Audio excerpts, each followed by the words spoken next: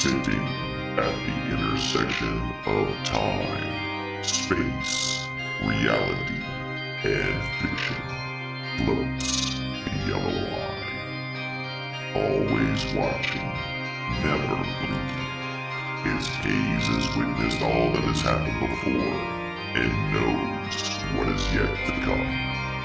Countless stories of hope, hate, heroics, and heartbreak. It has no mouth by which to speak these lessons, so it calls upon its head clearer to tell these stories, by word and by deed. Heed the yellow eye's lessons as it gazes upon its servant, just as the eyeball gazes upon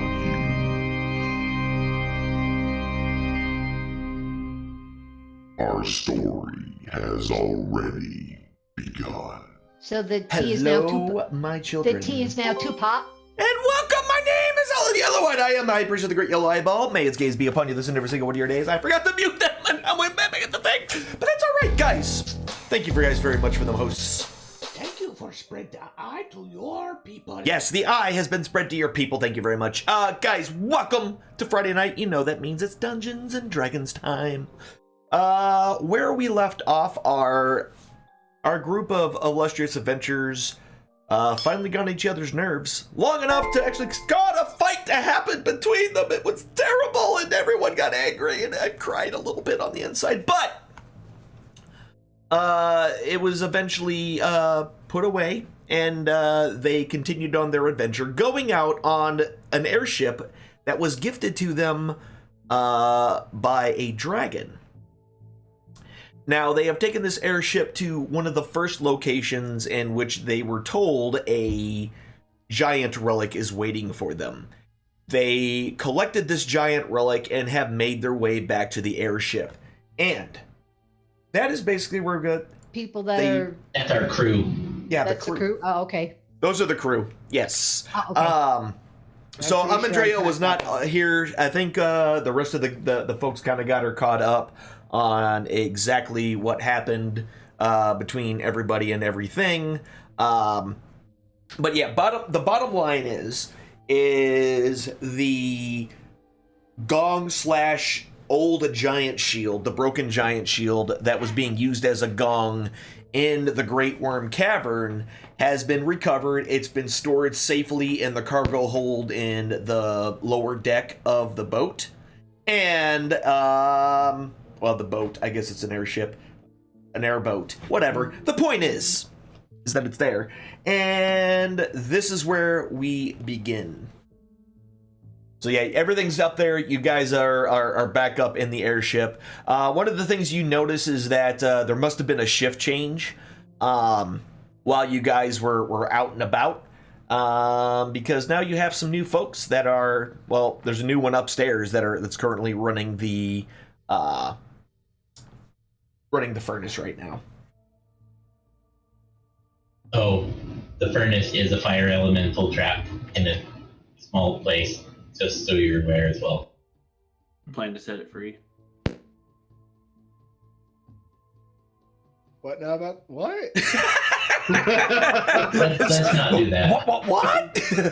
I'm gonna need some clarification on what was just said by who. Well, we're in the air too. We're gonna set it. Just open it up. Yeah, No, it'll be fine. Please. Nothing no. terrible would ever happen for that. This is gonna work out well for us perfectly. So as you guys are kind of reminiscing about your ordeal in the Great Worm Cavern, the rest of the crew is kind of just waiting for you guys to decide where to next. We go down to the one that's by the Morgur's Mound. I think that was one on the map. Well, we could continue up here north, make a circle, go to One Stone, and then Verona as well. What's the name of that map that the giant drew? Harshnag's map. Yep. I like that idea. So yeah, you're right now. You're at the Great Worm Cavern. There's a few places around you, and kind of looking at the map, it looks like the Shining White might be the closest one to you. from where you are right now in the Great Worm Cavern. Yeah, so if we go, what? West? East?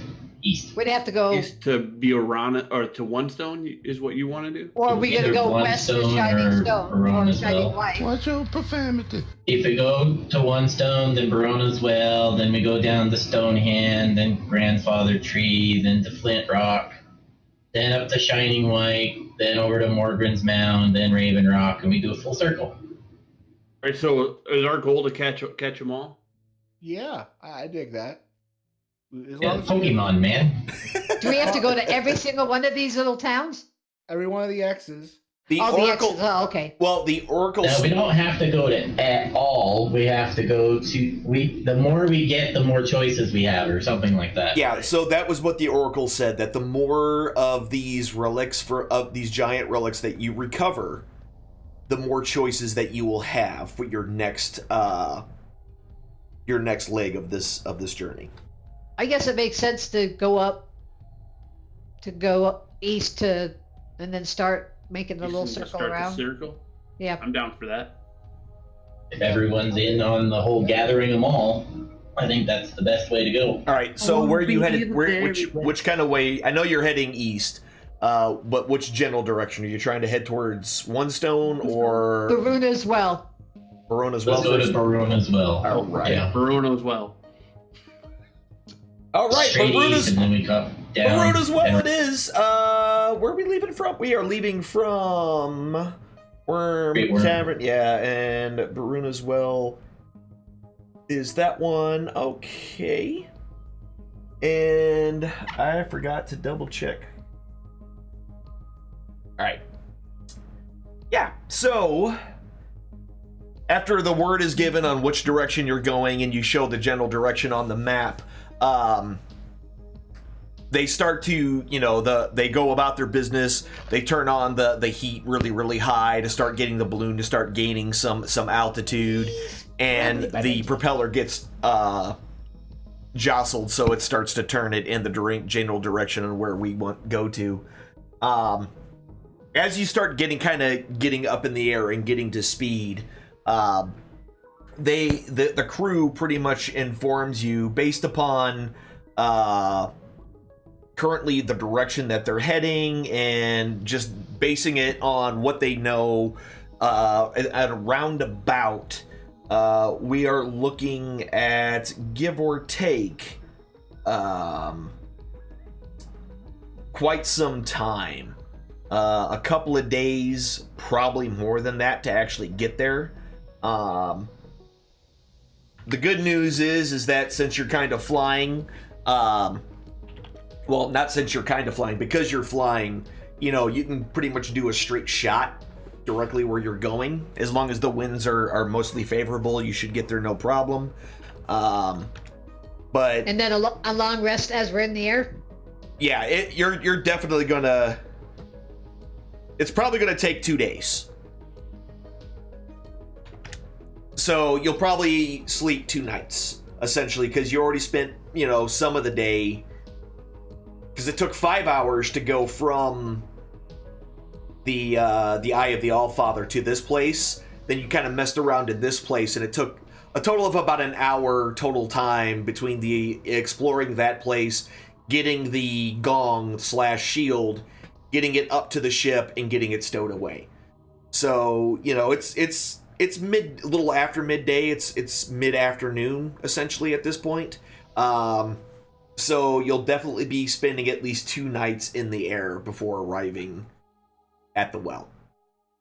So you guys have about 2 days to kind of do whatever. So what are you doing for these next day and a half?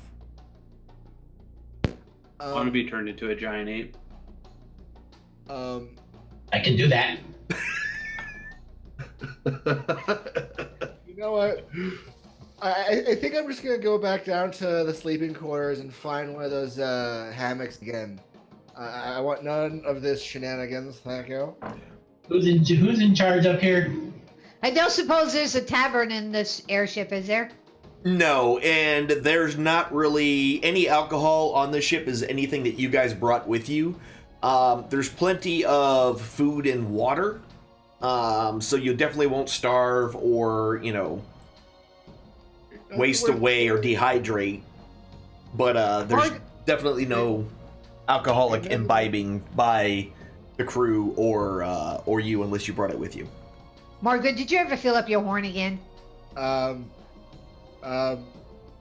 pretty sure we've gone over this. That horn empties pretty quickly after we leave town, and well, I regret Damn nothing alcoholics. Hey, listen. You got two heavy drinkers just trying to bum alcohol off of each other on the share ship. No, that's exactly my point. There ain't nothing responsible to do on this ship but sleep, so I figured that's about all that I'm good for at this point. I will do my long rest then and get my. Looks like I took some hit point damage. Yeah, a little bit. Yeah, let me go ahead and do that.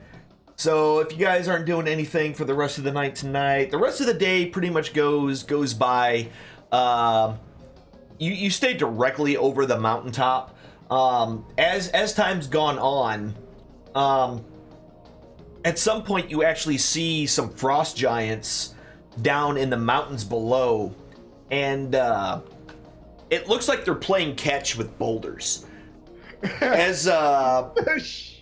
And then a couple of them kind of notice the airship in the sky, and they start making a sport to try to hit the airship with these boulders. Luckily enough,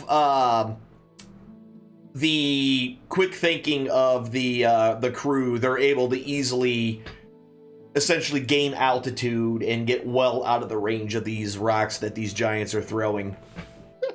But outside of that, to man the harpoon gun. But outside of that, nothing much really happens. Oh wow, I am on the wrong screen here too. Anyway, there we go. There it goes.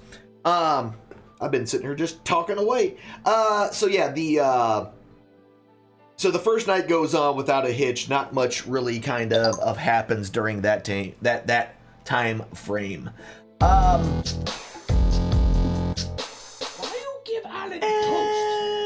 Yeah, so dawning of the next day, there's another switch, as folks kind of swap back through and go about their time. They switch around their going to sleep times and things like that. Eating happens, all that kind of stuff with the crew. A lot of what the food that they have in there is a lot of jerky, a lot of hardtack. Nothing super delicious. So this thing is kind of made to be in the sky for quite some time without having to land for more provisions. So space was maximized as best as it possibly could be. Is the crew human? There's a mix of humans, elves, and dwarves throughout the whole of it. And they're all generally, they're not standoffish. They'll talk with you. They're not like avoiding conversations or anything like that. They're generally that one guy did it. That might have been because you kept annoying him, but that's not the point. But generally speaking, yeah, they're generally good people to go around, and they're there to serve you guys on this airship to get you where you need to go because their master demanded that it happen, and they're not about to piss Clouth off. So yeah, he's kind of a dragon. Yeah, he's kind of a dragon. And I should say it. I don't know if it's a he. Well, it's Cloth. That's all you need to know. What it actually is doesn't really matter. So the next day kind of goes on as well with it seems it's actually not terrible because the days kind of opened up. A lot of the ice and snow and overcastness that collects on the Spite of the World mountains have really kind of cleared away. Giving you guys a really nice view of the crags and valleys below, as you continue to make your way towards the well. And then after a little while, as you kind of start going more down into... come on. Bring it up. So as you start making your way over the woods here, the Durer Wood, as you start making your way across the Durer Wood, off in the distance, you start making out some flying creatures. And it's a group of them. It looks to be about... There looks to be about 6 of them. All kind of together in a flock. From what you can generally see from this distance, it's obviously that they have wings. And they seem to be kind of playing with each other as they're moving. They're moving generally towards the airship. But they're kind of also like chasing each other and kind of flitting around and seems like they're kind of goofing off. Are they as going, they mine, approach. mine? No, mine? not you can't. They're a little too far out. You can barely make them out from where you are right now. They're pretty distant at this point. I do a nature check or something, see if I can identify from this distance. You can try, yeah. Ooh, I want to do a nature check.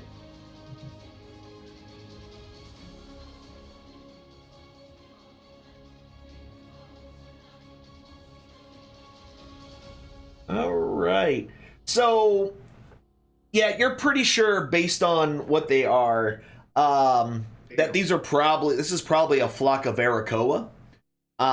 They're essentially humanoid bird people. And,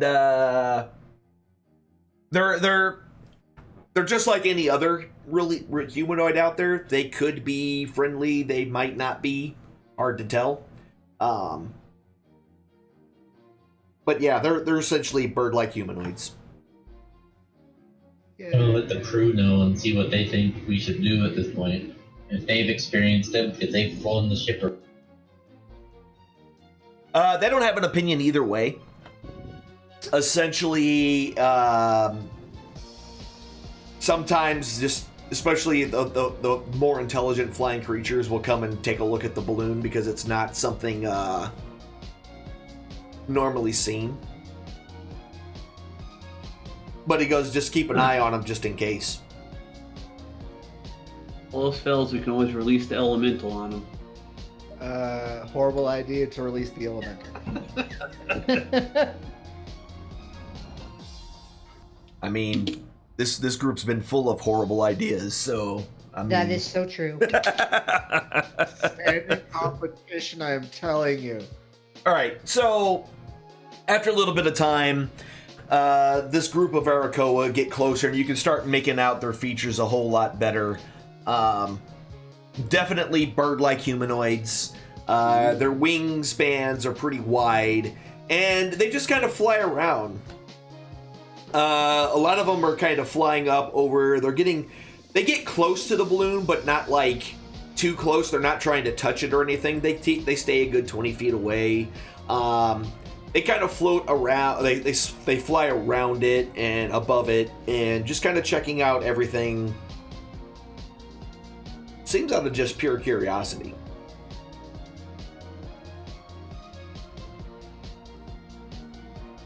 I'm gonna wave and scream hi. All right. They kind of look at you and they say something in a language that you might not understand.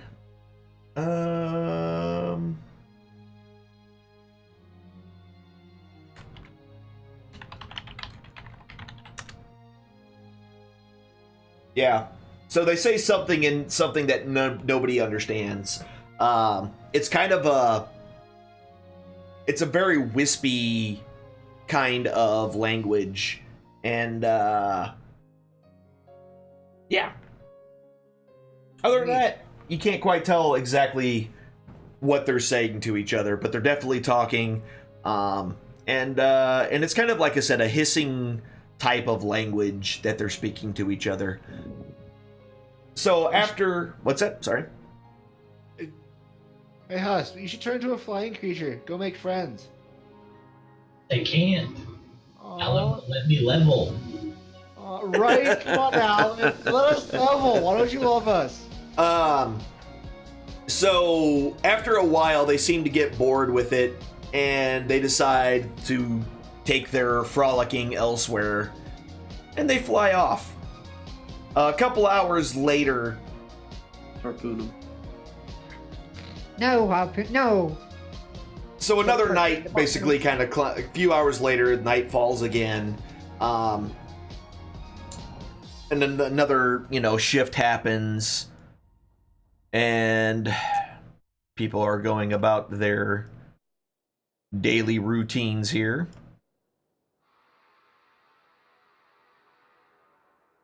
And over time,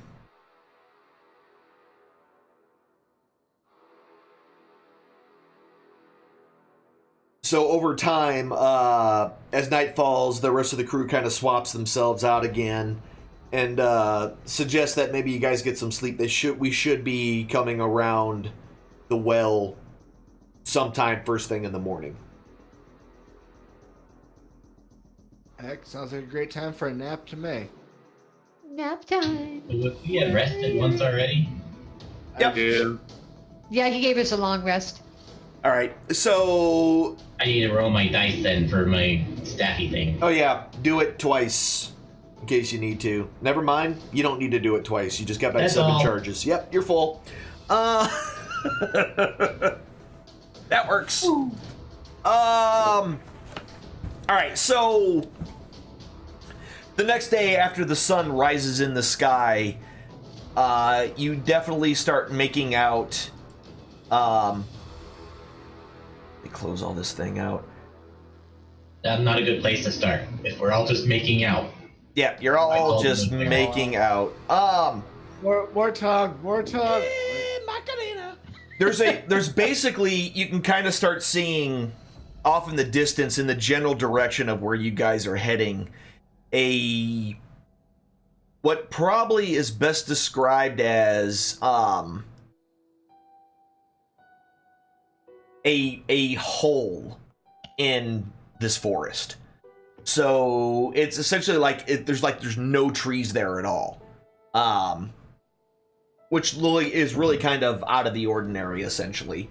And over the next hour and a half or so, as you slowly make your way up to it, this hole starts to become larger and larger, and you're looking at something about 200 feet around,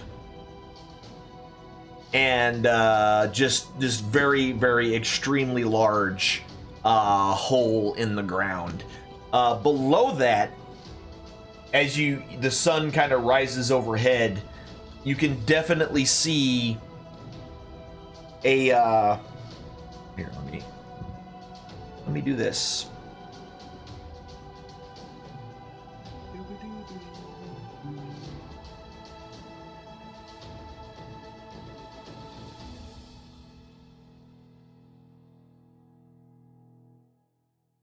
So as you kind of fly overhead, you can see the large hole, and basically down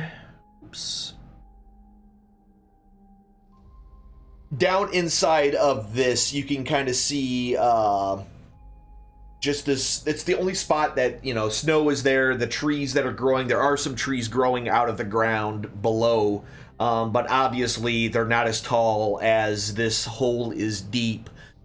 This thing itself looks to be a good, probably a good 100 feet, maybe more, from the top where the trees are down into this place. And it's huge. It's just as big as the other one. Huge. Cute. So it's just a big old hole in the ground. Wow. It is a big old hole in the ground. That's what you can see. Skamos, you can't fill this one. Well You're right, played. I already used my enlarging potion. Oh god. Maybe next time. Gonna have to come back. Might need a couple for this one. You underestimate my power. Children, please.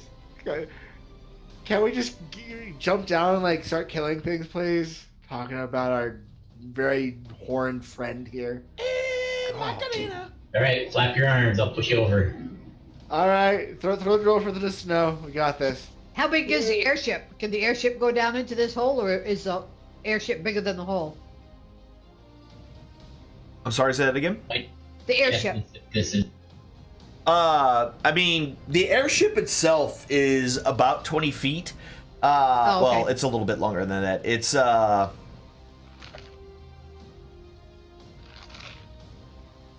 it's about 70, 80 feet, so it could definitely drop down in there. The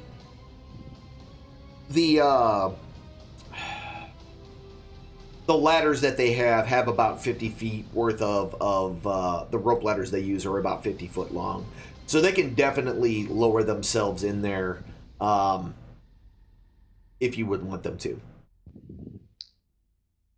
Yeah, that sounds like a great idea to me. Well, it sounds like Make we it need to go number in one. this hole, so I'm guessing whatever we want is going to be down in this hole. Okay. Yep. So as you Indeed. guys, as the ship slowly descends, you can start making out more and more of the cavern. Essentially, a lot of it, some of it is brighter than others, for, you know, natural lighting and things like that. So you can definitely see over here. You can definitely see all around in here.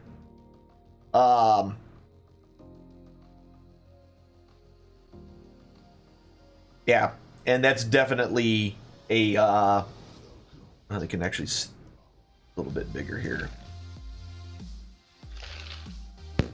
so that dotted line is the hole leading down into this underground space. That is correct. So yeah, the light itself kind of makes a pretty decent, it lights up the middle pretty well. The rest of it is kind of dim, but because of how far it is away from you guys, a lot of your dark vision isn't as useful into the dim light, so it's not real easy for you to see what's going on there. Now, outside of that, there is a little, what looks to be a village. There's a bunch of folks milling about, and they seem to have noticed, a couple of them seem to have noticed the very large balloon come floating down over their domain, and The driver forgot to do a stealth check. so there's kind of you can hear some distant yelling. It's not intelligible, so you can't quite make out what they're saying. But with the frantic running around that you're seeing, and it looks like they might be brandishing weapons. Oh, that's just great. Right? Is this village that thing that's in the upper right? Yes. Yeah, that Okay. open spot that you guys can make out pretty easily due to the large bonfire that's basically going right in the middle of their little area. I say we give them what they want and meet them head on. Thoughts? Let's try it peacefully first, like we usually do, before we Yeah, just 'cause- murder a whole family. Yeah. Oh, okay, fine. Turtle Especially first. since we're in an airship. And So let's they might be definitely able to not send the pop dwarf the first. balloon. Bro. So Skamos has the charisma. He should be our speaker. You guys starting to She's booming voice. Oh, just start yelling at them. We I think we should descend first. or get out of the airship first, just in case something goes wrong. I don't want them to pop. Yeah, let's not let them chuck spears at our airship. Okay, so you guys are gonna all start climbing down. There's 4 ladders, so 4 of you can go down at the same time, and the other person will have to follow directly after somebody else. So that'll take a little bit of time. You can, if you want to take your time and climb down carefully. There's not going to be any kind of issue with that. Like there's no negative effects if you guys climb down slowly. You can speed up your descent if you want. And if you choose to do that, I will need a dexterity or, I'm sorry, not a dexterity. I will need either an acrobatics or an athletics check. I'll just go down slowly. Okay. If you want to go down fast, essentially doubling the speed of going down. So instead of, if your movement speed is 30, you can climb down 15 feet per round. That's essentially, so it'll take 2 rounds for you to get down, for one person to get down. If you go quickly, it will take, you can move full 30 feet, but you'll have to give me that check. I'll just go slow. Okay. I'll do that athletics one. All right. I've already thrown in athletics and I've rolled, I'm worried. Alright. I think you just jump straight out the boat. Whee! I'm out of this ship. Right. So, Greg, you have no problem kind of bracing and sliding down and climbing the ladder very, very quickly. So you're able to make quite a bit of headway getting down. Morgan, you try to kind of go fast, but you don't quite make it. So you're not really able to go as quickly down the ladder as you had hoped to. Effectively, you've only made it about 15 feet when you could have made it 25. And also, Amandrea made it 15 feet. He made it 30. Who's the other person that was going down at the same time? Because 4 of you can go down at once. I'll go down last. So Pingus. All right. All right. Then I'll go. All right. Are you climbing or are you gonna do a dex acrobatics? I'll just be slow. Okay. Cool. Easy enough. All right. So as all that is happening, you guys are climbing down. These individuals. Can you see them? They're not there. Never mind. You can't see them. So I have a question. Is Tupac, now that Toothless has teeth, and is Tupac, is he on the airship or did we leave him behind? There was not enough room for him Who do you on think we for made the either one of airship out them. of? Yeah, oh god, that's terrible. Oh Lord. That Oh, is a poor- terrible, poor terrible thing Toothless. for I'm you to not sure say. about nature, dude. I mean, it's horrible. If That you was hear the completely airship out of talking, character. you know why. Oh god. Look up at it. You can see his teeth on the bottom. Oh wow! Like it's just a smile on the front of the ship. All right, so they Lord. still did not show up.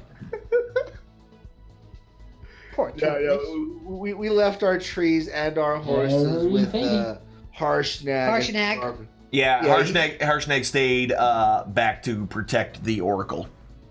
He said he had questions. He had more So- questions to ask. Yeah, that is correct. Nancy. He just wanted to Right. get rid of So me. Was I able to move a full 40 feet down then? yeah, so you're like 10 feet from the deal here. Sorry, I'm moving all these people. There's quite a bit of them. So does the crew stay on the ship or do they come with us? No, they stay on the ship. Okay. They are there essentially to get you Get to us where to where you're we need to go. going. And that is it. Okay. I'll be right Did back. these guys not? Okay, they didn't. I don't know why they're not being visible, but Assassins.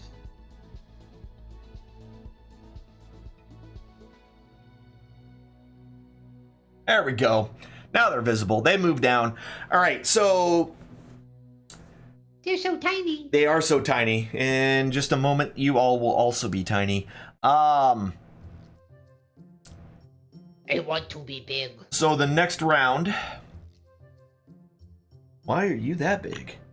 I want to be big. Because I just got turned into the gorilla.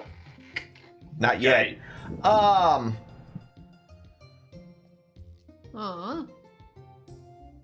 I can barely see myself. Yeah. Let me go get my bifocals. Yeah, sorry, man. It's a big map. That's one of the things that'll actually be easier to be fixed. Because one of the problems with this is that because it doesn't do a full 64-bit, they have to kind of they can't make much larger pictures than because of the memory issues with this 32-bit. So yeah. Anyway, you guys are finally, it takes you a little bit of time, but eventually every one of you guys makes it down. And by the time that you all make it down, these guys are pretty much almost on top of you. Okay, Bard. They are. Use your charm. Say, hey, we're come in peace. And they start moving around. Essentially, they're spreading They must be themselves cat out. people. They quick. They're circling. They're circling. So essentially, it took you guys another 2 rounds for everyone to get downstairs or down to the ground. So that's why I was speeding up the process. Well, folks. All right. So yeah, they're definitely getting closer around. They are. It's hard to tell. They don't seem happy about you being here.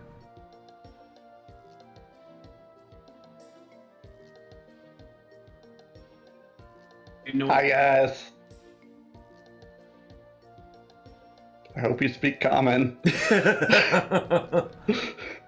might. I don't know. So they're good. You know, they're like a good 100 feet from y'all right now. They're kind of standing at the outside of the large kind of. Well, I don't know how else to put this. You're essentially on a platform. And they are standing kind of right on the edge of the platform, climbing up to it. And standing on the edge of where you guys are. Go talk to them. And this spot right here, just so you guys are aware, because I know it looks like just a weird squiggly line, but this right here is a rope that seems to be attached to a log sticking haphazardly out of the ground, a good, couple 100 feet above you.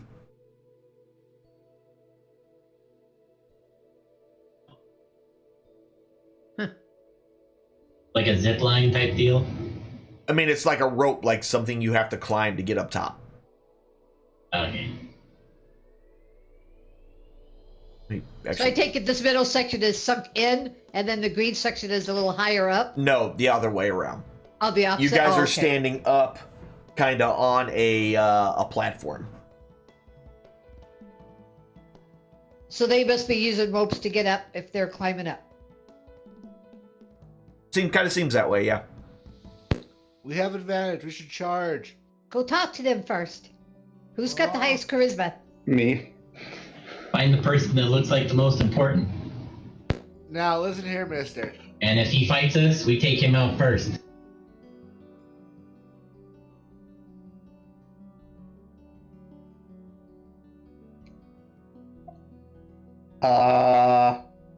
Just let them know we come in peace. We're doing a quest for the Oracle.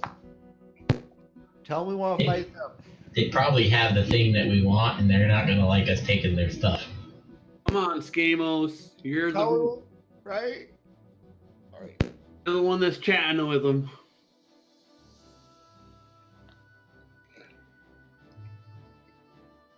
How close do I have to get until I mean, that's like 75 feet give or take where you are now. You can probably, if you speak loudly, they'll be able to hear you.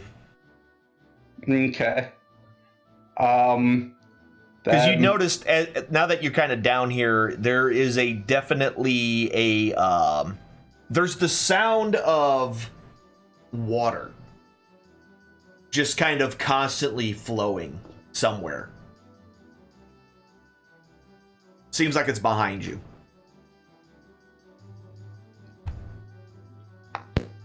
Interesting. Makes me need to pee, but that's neither here nor there. So I guess I'll yell, "Hello there. We come in peace. How are you guys? Why Nice are you place to have here?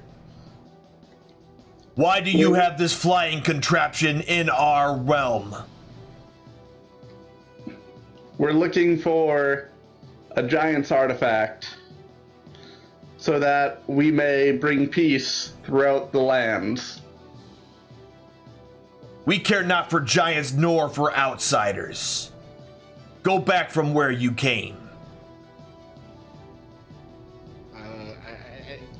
Sorry, you? but we can't do that. If we don't complete the quest, the giants are coming here at some point. Then we shall kill them. Ooh, entertainment. Have you fought many giants? Because we have.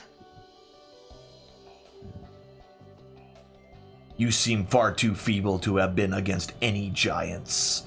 And as he says that, like a lot of them just kind of laugh and point. Oh, I think I've just made a new friend. Trust me, I'm not feeble. I might look it, but I had this one experience with a half ogre, and I could only, walk 15 feet for a day, and that's pretty impressive, if you ask me. Yeah. We aren't as feeble as we look. Yeah, no. You better listen to the bard. He's right. That was one. She was more ogre than human.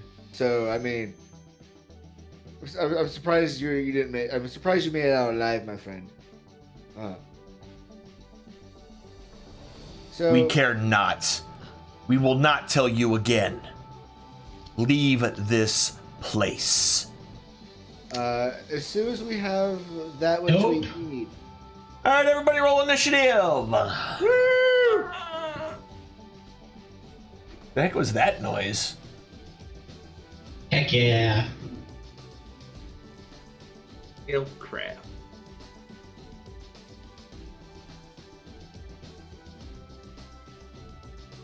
All right, is that everybody? That is everybody. All right. So combat starts. Puss, you're up. Surprise, surprise. That's when I roll a 20. Well, it happens. And move up. And let's see how far away.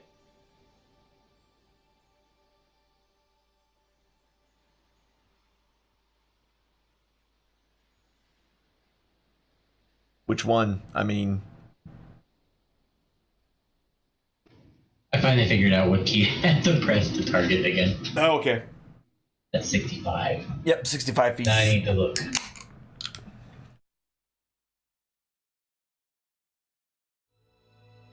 So can we assume that it was the shaman that was speaking to us? No, it was the bee that's right in the middle.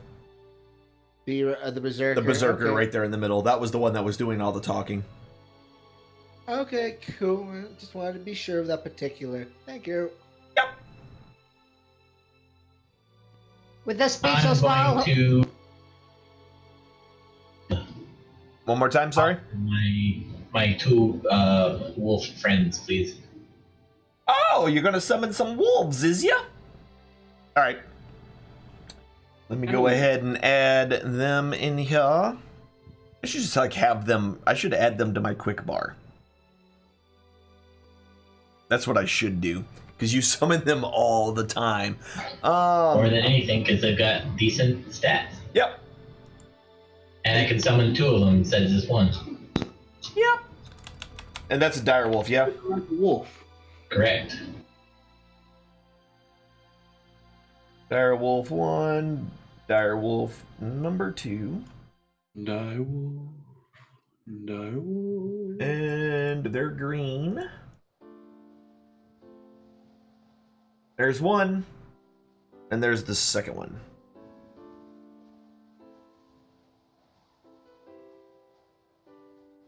I'm not sure exactly where you want to summon them at. Right there. All right, there we go. All right, that was Huss's turn. All right. So this one, which is obviously a shaman based on how it's dressed and everything,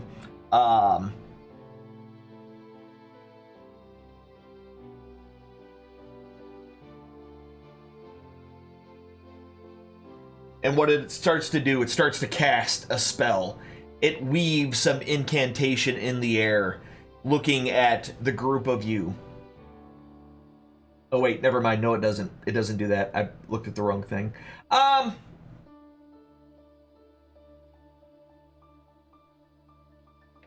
There we go. So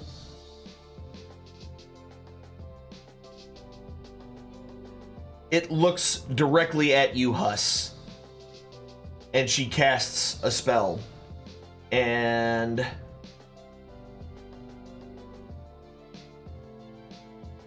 it is a bonus action. I'm gonna go with no. You're gonna go with no? Yes, no. Well, it's too late. You have already been. You feel some sort of extremely bad luck has been befallen you.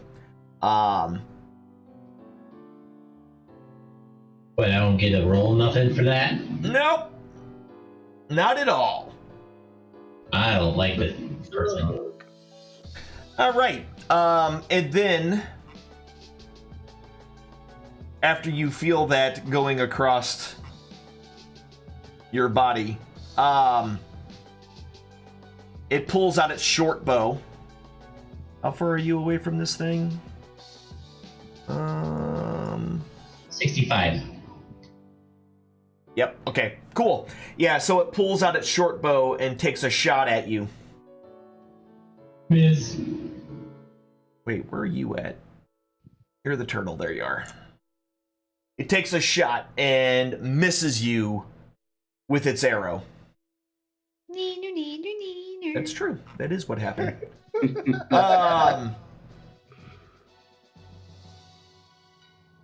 Oh, actually, yes. Hold on. I forgot that. You do get a save. My bad.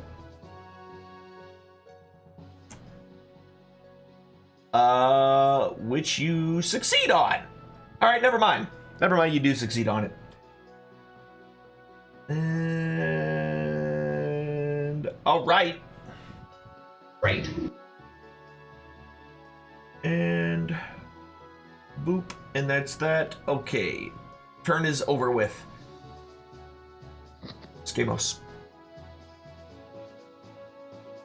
Okay, so would I know if shamans typically use intelligence as their main stat, or I mean, you can, based, since you just watched it cast a spell, you can go ahead and do an Arcana check.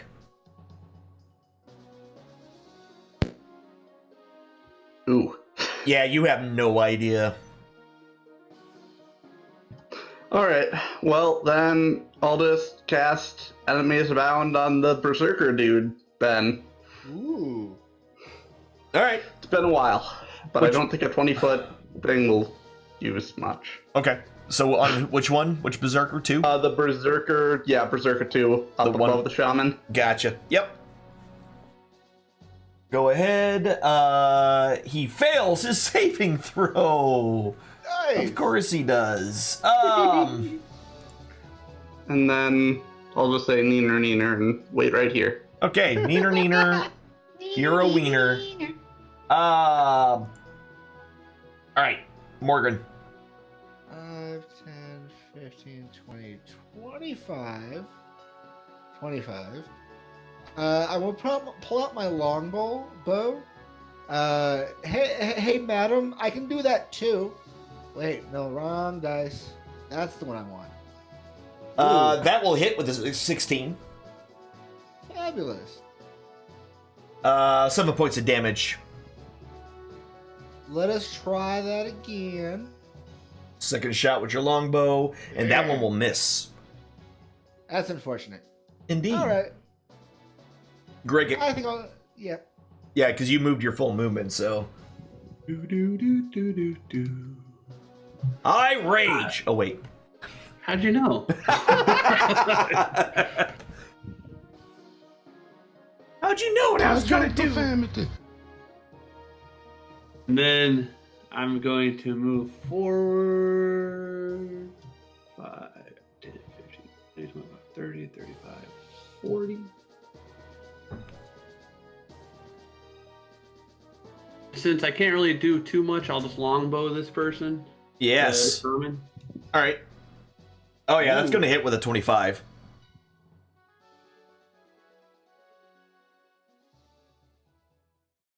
For 7 more points of damage. It's not in a good mood. I'll do it again. And that one will hit as well.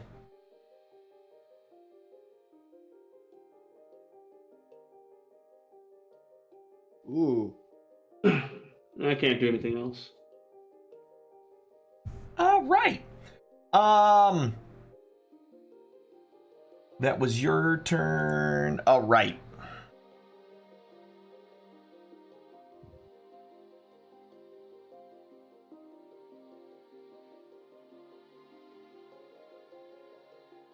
So we got this guy runs around the tree this way.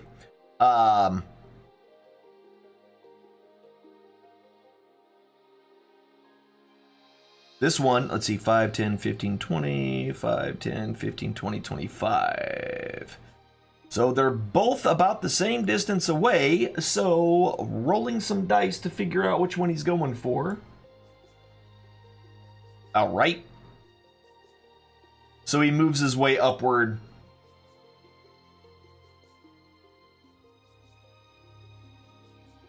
And will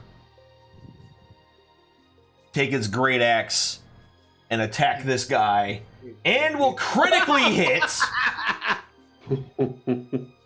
Get wrecked. for 18 points of damage, killing this tribesman just straight out right. Great axe just lopping the head right off of his stunned fellow, used to be his friend and compatriot. And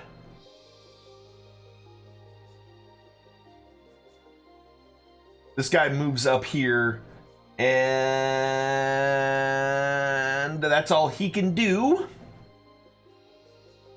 Direwolf number 1.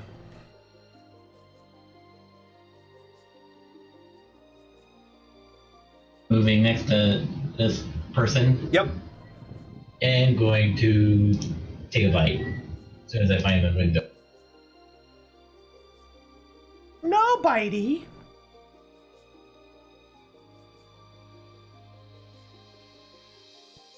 I got buried underneath all the other windows I had open. Oh, okay. Believe me, I know that feeling. Oh, well, roll the one that automatically completely misses the shaman. Direwolf number 2. Now with advantage. So, give me a second. Since you went running right by Berserker number 3. That's okay. He will first be able to... He's going to attack you because he had a readied action for anything to come near him.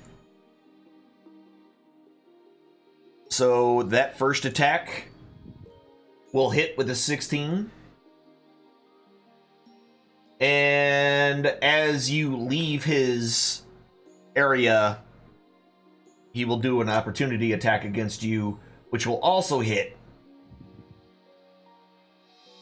for 7 more points of damage. All right, now continue. All right, now with advantage, I'm going to try to bite her. Yep. Oh, Ooh. and a critical hit. All right. Got wrecked. It's going to be one of those days where everyone crits. Ooh. Yeah. She's definitely prone now. Yeah, definitely prone because she's definitely just had her throat completely ripped out by your direwolf that pounces on her and just starts to eat. Because apparently he's extremely hungry. Tribal warrior number 1 is surprisingly Shouldn't have dead. pissed him off. Yeah. Tribal warrior number 1 is dead, so he's not doing anything. Number 2 moves forward here and will attempt to attack with his spear. And will miss with an 11. Of course he does. Alright, number 3. 5, 15, 30.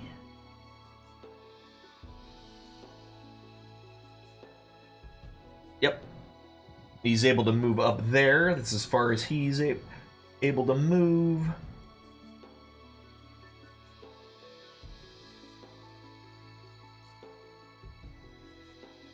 He runs up.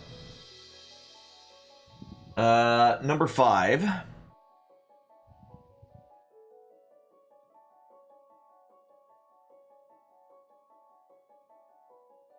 Runs up here. That's all he can do. Number 6.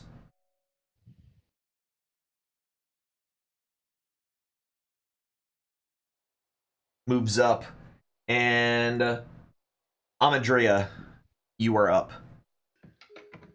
Okay, the first thing I'm going to do is hopefully this will work since everybody's so tiny. I'm going to cast Bless on 4 people. Okay. Let's see. Isn't that like a 30-foot radius? 5, 10, 15, 20, 25, 30. I believe it is. Is all my group close enough? Let's see here. Or do I have to move first? Well, I mean, so it's more about the area of effect. The area of effect that it has is 30 feet, I want to say. Yeah, it's a 30 feet range.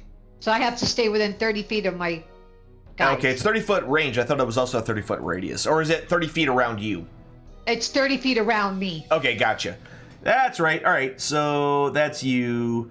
So you're... I'm hoping I can hit everybody since their icons. So are that's small. 30. Oopsie, sorry. Okay, then I'll move up to where I can reach everybody All before I right. cast it then. Is that me right there? So how about if how far can I move? 30 feet. Yeah. 30 feet. So about right there. Yep. About right in there. And Either then one does of that these. cover Oops. everybody? That will put... Because I want to do it on Skamos. Yeah, Morgan. well, not quite. You can get yourself, Skamos and Huss. You can't quite reach Gregic or Morgan. Well, dang it. Okay, I guess I'll do it on the 3 people I can reach. Yep, as a level 1 Your spell. full 30 right there. I'm going to do it as, well, I was going to do it as a level 2, but since I can't hit everybody, I'll just... Yeah, do it you as a might as well level do it 1. as a level 1, yeah. I don't know if I that didn't- worked. I tried dropping it on the icon, but the icons are really small. It doesn't... Yeah, it didn't look like it took. Can you make us bigger, or can you do it for me? Yeah, I can do it for you. Who you trying to hit now? Yourself? Myself, the 3 that I can hit. So myself, Huss, and... Alright. And yourself. Go ahead and click the little icon again. There we go. Okay. I got you all targeted, so you were able to hit it. And then can I still shoot with my bow? You moved up. That's a bonus. Yeah, yep, you sure can.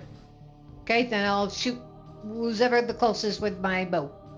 All right. Yeah, that would be the that number 3 tribesman. And I don't know if I can roll on them because that's like they're really. You can small. zoom in a little bit if it's too small for you. Oh, there we go. That works. Yep. Okay, so my longbow. Whoop. That's probably gonna miss. Yep. A 9 will miss. Okay, I'll do it one more time. That will hit. How come when I did that, it used 3 of my arrows? Oh, I have no idea why I did that. You can give them back to yourself. Okay, then my Killing damage. us all over the place. Which one am I doing it on? 3. T3. Okay. That's the one closest to you. Right next to Huss. 6 points of damage. Heavily wounded with that arrow. Really solid shot. Directly into his breastplate. And that's all I could do. Right, and... Alright, so round 2, here we go.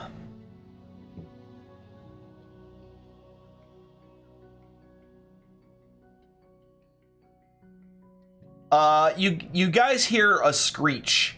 But it's not just like a normal screech, it's like a roar.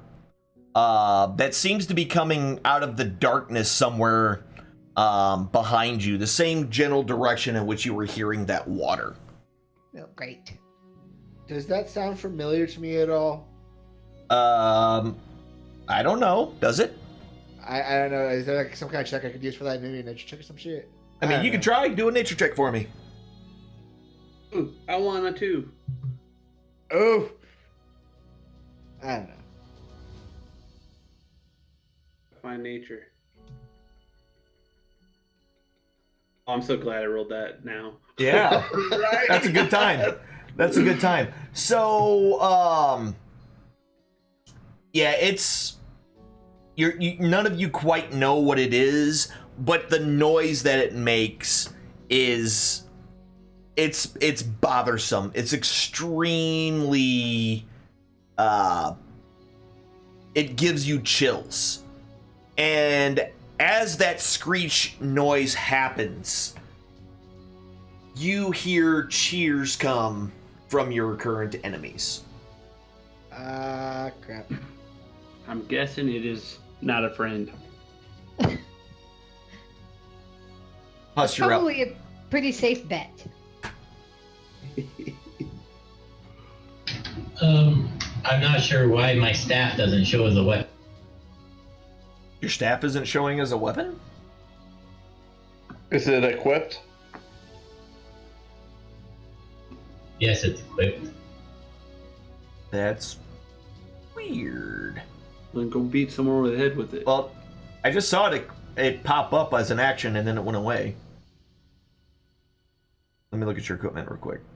Inventory. And you're talking about your quarterstaff, right? Yeah, the staff of healing, because that's what I have. I figured it was work the same as a quarterstaff. Yeah, it does. But I think the way this silly thing works, yeah. Give me a second. I'll fix it here in a jiffy. Do you not have a quarterstaff? You don't. All right. No worries. For Yeah, I got rid of it because I got that one. Yeah, as a replacement. and it's just because it doesn't have that marked as a weapon, but as a magic item, even though you can do it as a magic item, or you can use it as a weapon, even though it's a magic item. It doesn't count it like that, so just keep that quarterstaff in there, and it should be there now. Yep, there it is. Okie. Well, I'm gonna step up on this dude since he's right here, and I'm gonna whack him with my stick. Whack him with your stick! Your turtle stick.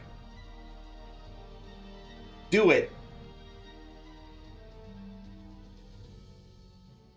I always like how there's always a random 20-foot wide ball of fire just waiting to be used at some point. Yep, automatic miss. Wow, you rolled a 1 on the bless too. That's talent. Good job. That's talent right there. All right, Huss just completely fails swinging his stick. He kind of bobbles it a little bit and kind of looks like that bear from that one meme where he's spinning the stick around his neck. I think it's the first time I've ever swung the stick at anybody. It is the first time you've ever swung the stick, rusty. and you don't know how to do it. It's terrible. All right, well, the shaman can't do anything. So, Skamos, you're up.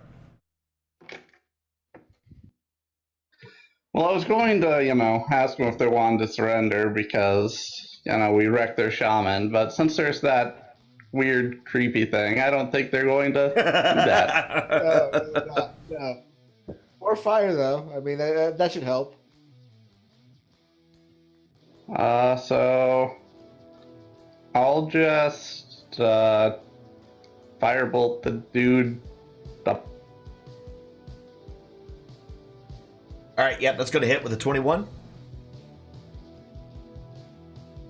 For 6 points of fire damage. He is heavily wounded now. And then I'll move there. Wait. Can I move, under the tree thingy or whatever that is next to me? No. I mean, you can... If you want to try to squeeze into the branches and stuff like that, you can do that. But it's kind of one of those trees where the needles go all the way down to the ground. So there's nothing underneath to get under, essentially. It's Then just I'll all tree. Move down a little bit more. Okay.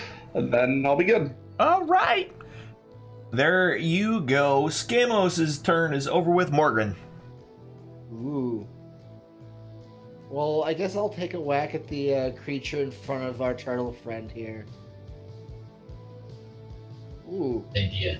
Yep, that's going to hit.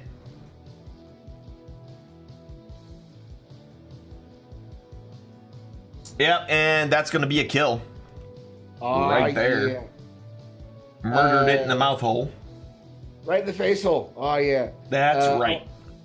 I'm going to turn right around and take a shot at this other goon face. Ooh. Decent aim, even. All right. Yep, lightly wounded. There you go. Greg, you're up. Actually, I would like to do a little bit of movement. Okay, yeah. Sorry.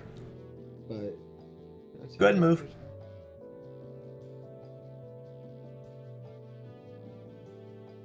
I'm actually gonna stay there. I want to see I want to see the thing before I run towards it. All right. Darn. A lightning strike the guy in front of me. All right. Definitely fails his save. Wow, for maximum damage. 6 more points of lightning. I'm gonna halberd him.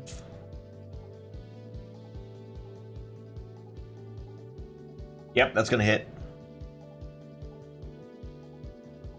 For 12 points of damage, also completely murdering him. Now I'm gonna move up to number 6, All right. and I'm gonna take a swipe at him. Alrighty, take a swipe. Oh, and a critical hit. He's not going to survive this. Someone's getting ripped a new one. Yeah, he's not going to survive this. Yeah, there we go. There's 15 points of straight up damage directly to him. Splitting him neatly in half as you charge forward and bring your halberd down with the full force of your long-ass bugbear arms. Did that even count the whatever I'm supposed to get with this vicious halberd? I don't even remember what I'm supposed to get with it anymore. It's 7 more damage, and there's no point of actually adding it. If you want me too cool, he's even more dead. Like He's dead plus. Ooh. Bonus death. Oh yeah. You know what I could do? I can make you another weapon that you can roll specifically if you crit. We might do that. That might make life a little easier. All right. Anyway, sorry. All right, so this guy.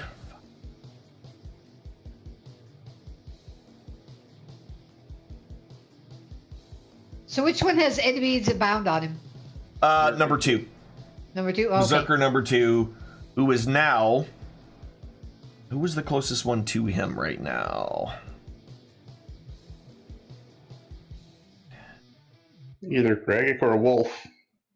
Yeah, that's what I'm looking at. 5, 10, 15, 20, 25, 30, 35, and 15, 30. Actually, the wolf's closer. Makes his way over to the wolf. That's all he can do. Yeah. And Berserker number Trey steps up and will take a swing at the dwarf. And wow, 2 19s will definitely hit. Okay. That's how he wants to play this. For 7 points of damage. Direwolf number 1, you're up. Oh god. So I don't have advantage, correct? Or do I? Yeah, I'm blessed. Oh, you have pack? I mean, who are you attacking? If you're talking about one, so it has to be the berserker that just rolled up. Yeah, so no. No advantage on that one. There's not another enemy within 5 feet of your target. That'll hit with a 15, though.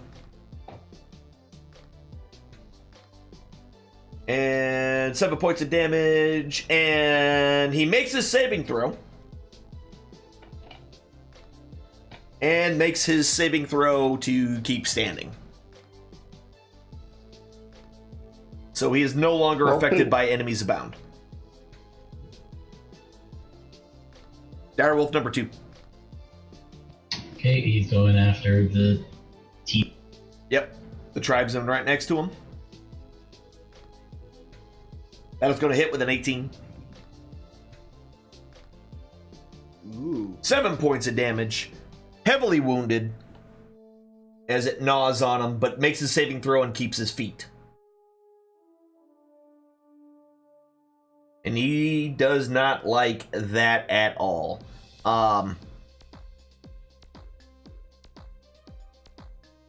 So he's going to go ahead and return the favor and miss. Of course he is. Number 3 is dead. Number 4...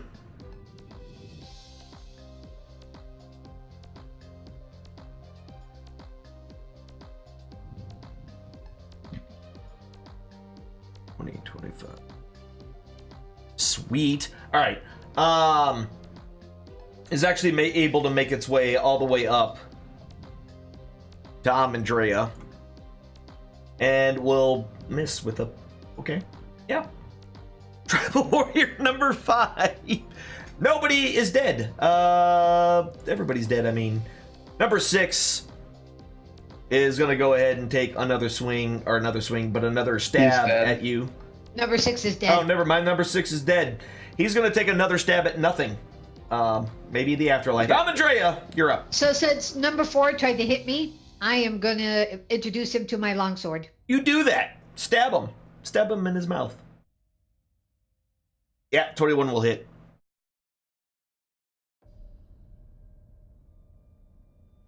Yeah, yep. And straight up, longsword straight into his stomach. And just to add a little more injury to injury, you twist it as you pull it out. Kind of like spaghetti as his entrails roll up the sword as you pull it out of his stomach. And I say, that's right, that's what you get. That's right. And my second attack I'm gonna do on number Oops. 1. Yep, go ahead. Yep, that'll hit. And 10 more points of damage, lightly wounding it. Ooh. And all right. So you guys hear that screech again, and it's much, much closer.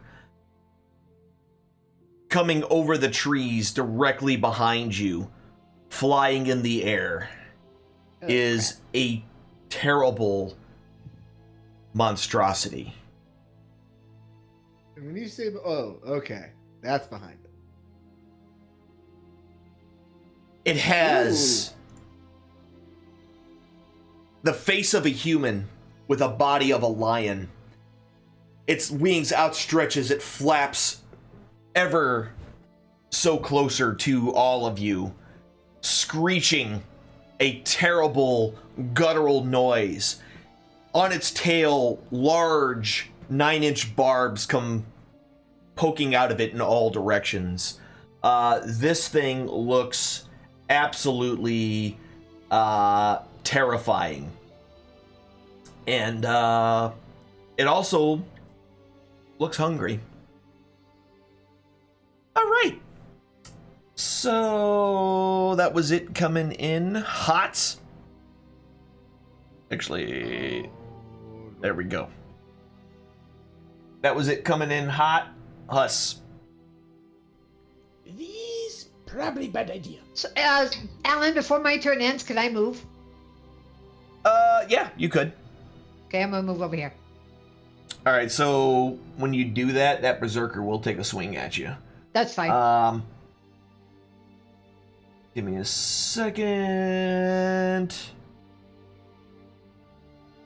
Yeah, and he actually misses as he swings at you as you take off. Of course he does. Nobody can hit anything except you guys. All right, Huss, you're up. Okay, I'm looking.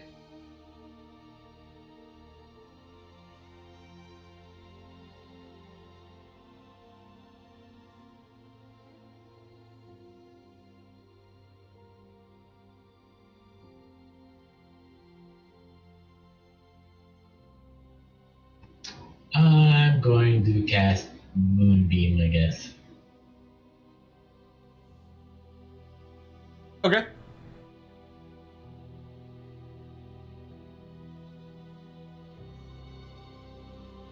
Were you targeted in the moonbeam?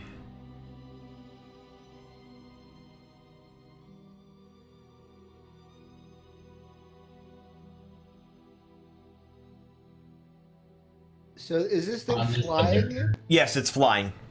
Okay, perfect. Thank you. I put it on this berserker. Okay. I can't move it now because it's underneath him, but it's on berserker. Berserker 2? Or 3? One. Oh, 1. That one. I see it now. I see it now. Yep, I see it now. Awesome Possum. All right, you moving or anything, or you're good where you are? I'll move there. Yep. All right, easy enough. Skamos.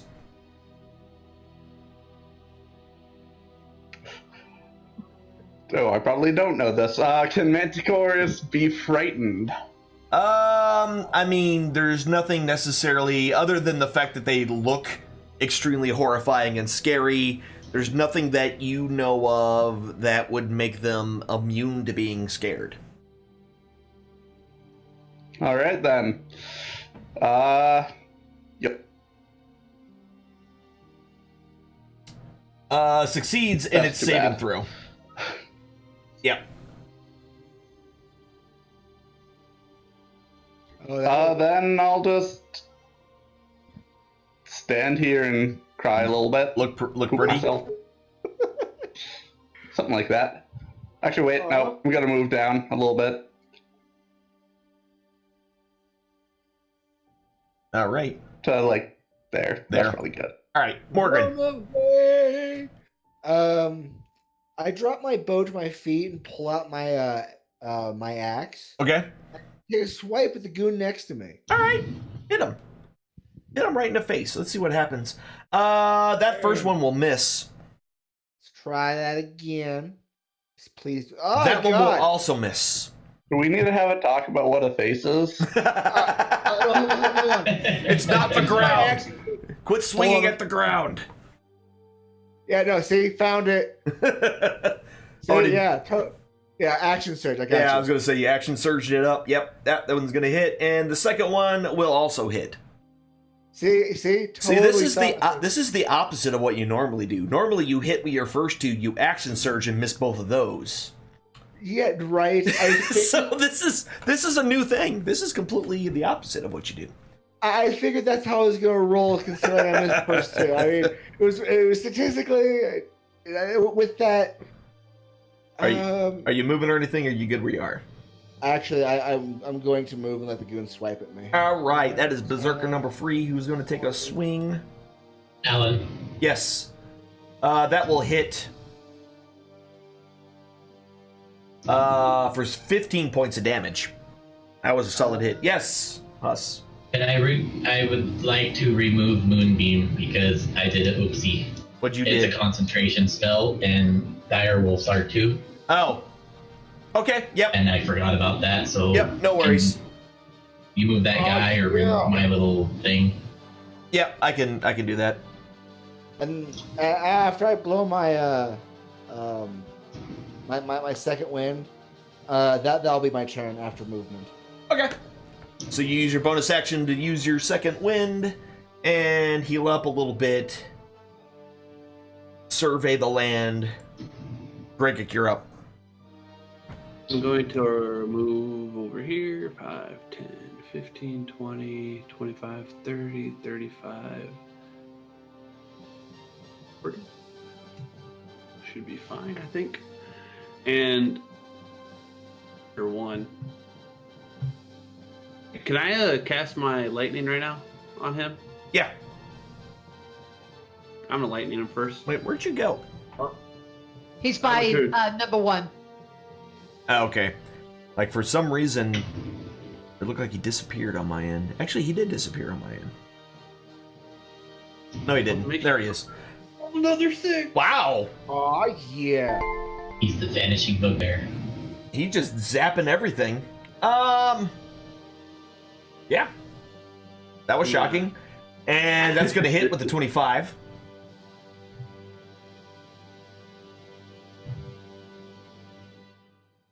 For a whopping, yeah, bunch of extra damage And I'll there. hit him again. Yep. Well, I lied. And that one will miss. So no, you won't. Macarena. Cool. All right, you moving? Oh, you already moved. Never mind. Berserker Barrage. I mean, Berserker number 1. We'll go ahead and attempt to hit you in the face. And will miss. Evidently, he couldn't reach that high. And yeah, and so this one's going to try to take out the dire wolf and will hit Okay. for 7 points of damage, lightly wounding it. Whoa. And number 3 will step up onto Huss. And will miss with an Thanks, 11. Morgrin. Look at you. All right. Direwolf number 1. He's attacking. Nope. Yep, he's automatic not. miss. So Direwolf number 1 misses. Number 2. He's That's going to hit with a attacking. 19, yeah. And Yep, crushing for him. 10 points of damage, straight up, dragging him to the ground, and again, his large jaws snapping around the neck of this tribesman and instantly ending his life. And then he's moving. Okay. Moves up next to that other guy. Awesome. Tribal warrior number 2 is dead. Number 4 is dead. Amandrea. I'm gonna come right over here and introduce this berserker here to my longsword. Okay. Because he was bugging my turtle friend. Oh, another crit. That's a 20. That's a critical hit. Extremely irritated about the. Why did it Turtle not? friend. How come it didn't add more damage for my crit? I have no idea. Go ahead and roll another d8 for me, and I'll do it. That was weird. All right, another 2 points of damage. That's kind of weirdly strange. I don't know why it did that. And I'm gonna attack him a second time. All right. Yep, that'll hit.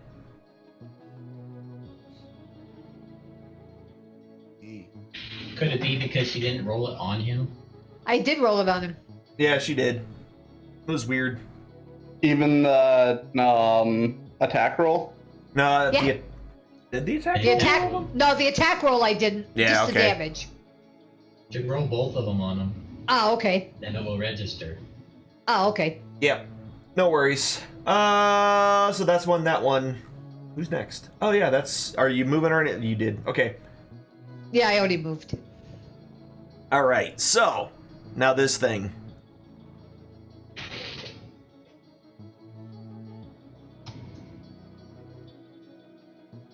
Comes flying in, super quick, and it takes its tail and points it kind of out in the general direction in front of it, and not out of nowhere, a number of spikes come shooting out of his tail. One takes his shot and hits Gregic for 7 points of damage. Another one flies out and hits Morgren and misses. Well, tries to hit Morgren and misses. And another one tries to hit Huss and hits for 11 points of damage. Wow. Huss, you're up.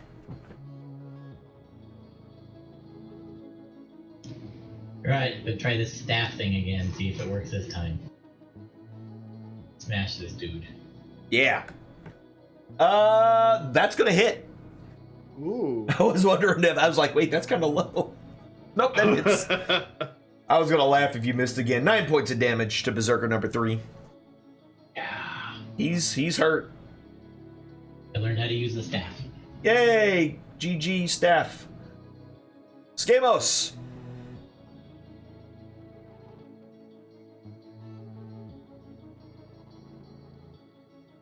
So I'm assuming from right there I'd be able to have clear line of sight For the Manticore. yeah, you should be able to do that from there. Because he's up in the air, so the tree's narrower. So yeah, you can definitely make that out. I guess I'll just firebolt him Yeah, because because why not?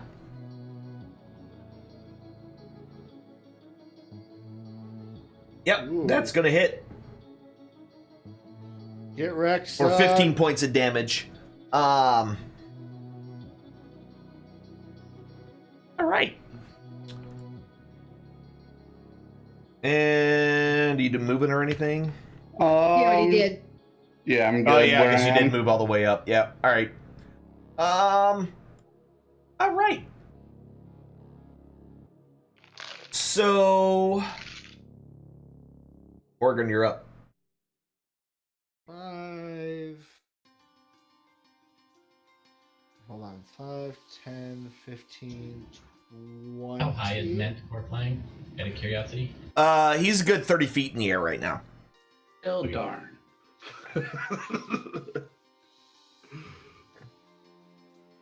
Oh man! skipper. All right. Wow. Well, yep. That's Screw that another guy, crit. clearly. I don't know that I've ever had a crit. I mean, they shouldn't have done more damage. Nope. No, that. 2d12 plus your strength. Wow. Let's try it again. I don't remember the last time I've ever had a crit on anything. Yeah, critically wounded now. I dare say that's my turn. Okay. Gregic. And I'm gonna lightning strike. Yeah, it's gonna make a saving throw that time. Back to the ones. You've had enough sixes for the night. Thank you very much. Well, Right. every time to roll a 1, it's at half damage. That's gonna be a miss with an 8. Okay. That's gonna hit with a 17. Maybe the dwarf needs to back his shoulders. For 8 more points of damage. All right. Berserker number 1. Gonna take another shot at the Gregic. And do it poorly. And Berserker number 2 realizes that he is in a very dire, you forgive the pun, dire predicament, and will disengage. Right? Move up this way. So did the direwolves get an attack when he does that, or No, no? he disengaged.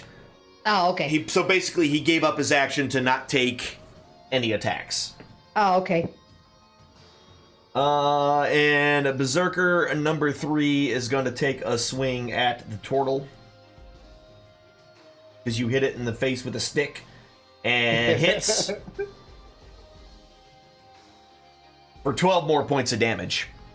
Ow. If Direwolf number 1. if his direwolves are a concentration spell, doesn't he break concentration? Oh, yeah. if he gets hit? You gotta roll. You have to roll. Roll a. Constitution save. Messed up then, because last turn he got hit too. Did he? Yeah. Well. With a 7, you'll lose concentration on the spell. Oh, then both wolves are gone. Yeah. Well, poo. That's right. I forgot all about that. All right. Yep, so I'm Andrea, you're up. 19 will hit. For 6 more points of damage. Very, very close to death. These things just have mountains of health. Yeah, they do. 18 will hit. And with that final blow, you were able to finally fell the Berserker. 6. Just had that 1 point left. Fuck. Jangles has made its move. I You see her. hit the wrong button. Bojangles! All right. He eats some hay, over off in mountains. So this thing flies down to Gregic. And tries to bite you. And will miss with his bite. But then follows up instantly with a claw. Which misses. Ooh. And then a second claw. It's also Which will hit. Darn. For 7 points of damage, resistant down to 3. And you'll get an opportunity to attack against it. Now? Yeah. Or Yeah, because he's going to fly away. He flew down, attacked, and now he's going to fly away. That'll hit. And 9 more points of damage. And he flies upward and out of your reach again. Another 30 feet in the air. man. And as he's flying away, you hear that same type of screech come from somewhere north of you. And you see in the distance, out of the darkness, another one I just deleted it because I'm an idiot. Ooh, it ran away. There we go. I meant to make it visible and I clicked disappear. Ah, crap. So the second one comes flying in over here. And Huss, you're up.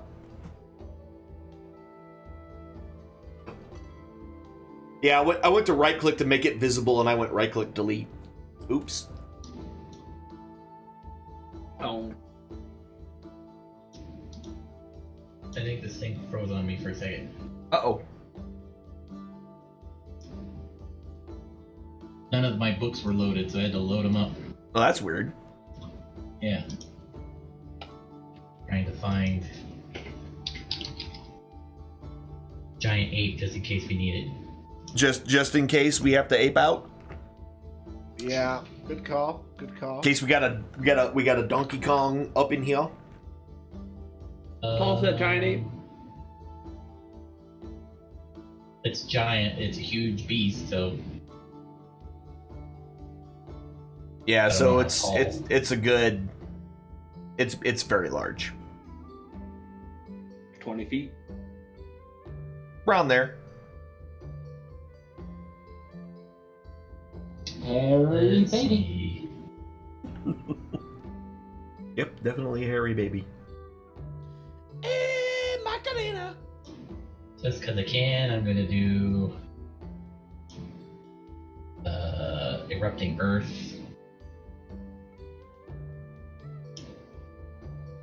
That is a 20-foot cube.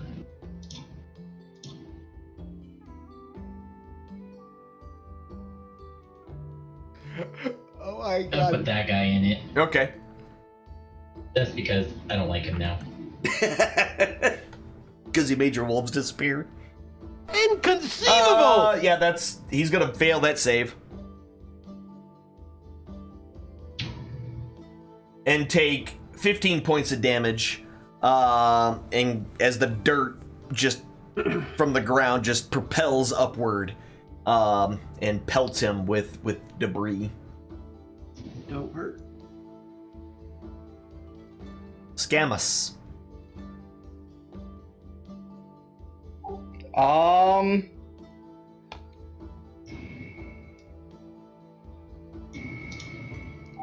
guess I'll do what Greg and Morgan can, and I'll kill Berserker number. Yeah. Doing it back. I mean, good luck, buddy. There you go, that's a hit. I mean, this asshole. Yeah, and with that giant fireball, well, the small fireball launched from your hand singes a hole in the backside of this berserker, and he collapses to the ground. You guys have more important things to worry about than that guy. I don't want to. I want to live. Our bard goes running, screaming. I'm done. You're on your own. You moving or anything? Or are you good? I'm bring me my bow. good right here. Okay. Actually, can you take 2 steps to your right and pick up my bow for me, please? Serious thing, because these things are flying around and I dropped my bow. He did drop his bow over there. I'll Yep. do that. Dude, All right. And then Go over there and pick up his. You picked up his bow. All right, cool. Thank you. Right, I'll Gage. move closer to him. All right, Take yeah. the rest of my movement. Yep, and that's the rest of your movement. Now that it's my turn. What's Morgan doing then? Wait. Oh, I accidentally clicked on him. Yeah, there we go. 5, 10, 15, 25. I'm gonna go meet him over there and give me my bow! I need this. Give me dude. my bow! This thing's flying! Right, no, exactly. I'll use my action to reclaim my bow. Dude, you're my freaking hero. I need this. That'll just be. Oh yeah, because you're gonna. So you're putting away your axe as you run over there. Yeah. That's exact. I am not dropping another weapon to get it open. Okay, yeah. So you put that weapon away. Use your action to grab the bow from. Are you gonna try to keep him from taking the bow? Are you gonna let him have I it? wasn't planning on Okay, it. I'm just making sure. You know. No, it's mine. Not I your couldn't bow. come and get it. I Not was your going to bow. yeet it at him next turn, so. I mean, if you want the Manticore to come at you, my friend, please. All right. So that's that. You got your bow back, Greggick. You're up. He just, ooh, you almost caught it. The guy with the fishing pole. Oh, here's your I'm gonna dollar. move right here, and I'm gonna ready an action for if the Manticore dives at me. I'm gonna swipe him with my halberd. Okay. Not That's a it. problem. Berserker number 1 is dead. Berserker number 2 does not like. You know what? I'm gonna go ahead and reckless attack here. And we'll miss Amandrea. Alright, well, Amandrea. Wouldn't that Okay. hurt real badly, though, had it hit? That'll definitely hit. Not really. He just got advantage on the attack. Because she's heavily armored, and I thought that would help, and the answer is no, it didn't. There's 10 points of damage to him. All right. And a 16 will also hit. Hit him again. Hit him again. For another 10 points of damage, heavily wounding him. He's Okay. not doing so well. All right. And then I'm gonna move over here. Okay, perfect. Manticore number 1. With his tail spikes again. Shoots one at Greggick. Wouldn't the Berserker get an opportunity attack after the move? You know what? Yep. I forgot he's still Be alive. quiet. He's still alive. Quiet. Thank you for Do being more damage thank to you. ourselves for being too honest. Being honest is good. That means you're good Dire players. wolves are gone. I'm sorry about the dire wolves. I am going to slap him in the head after this. Go, you do that. All right. Can you push Opportunity down- attack hits. And her concentration falls on her spell.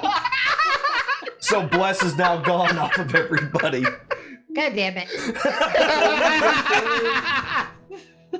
All right. So yeah. yeah, you all really hosed yourselves during this fight. I absolutely love it. I'm All just right, gonna so stand here and let this dude take me out. so the first spike hits or hit Greggick. Yeah, it did hit Greggick. The second It one missed me. oh, it missed. Whatever. missed me. The bottom line is he shot one at you. The next one goes Right. after Morgren, which will hit Ow. My face. for That? another 6 point of damage. And then the last one will go after Skamos, which will also hit for 9 points of damage. And then the second one will fly in.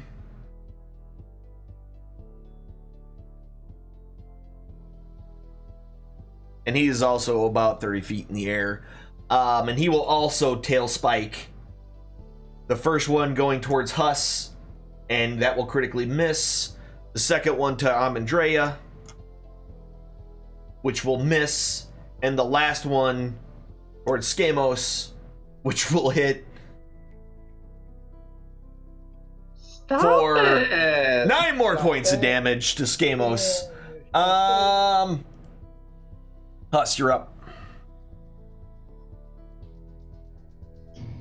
Okie dokie.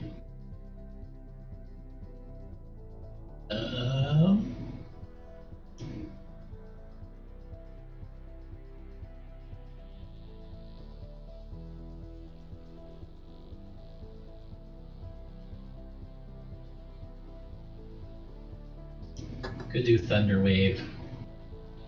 Just for this Berserker dude. Okay. To push him. 15-foot cube. Yeah. Yeah, that'll just catch him, and you can push him back into The rubble. the rubble. Doesn't that hurt everyone around you whether they're friend or foe. It's a 15-foot cube that he can center Okay. anywhere off of him. It's not centered on him. It's just a cube in any direction. So we'll see if he I was thinking of saves. my thunderclap. Yep, that's a success. But he'll just take half damage. And Yep, doesn't he'll get take me. half damage, so 6 points of damage lowered down to 3.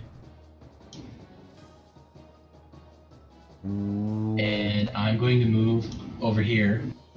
Everybody keeps moving and putting me in between things. I don't want to be near this guy. No problem. Scamos, you're up.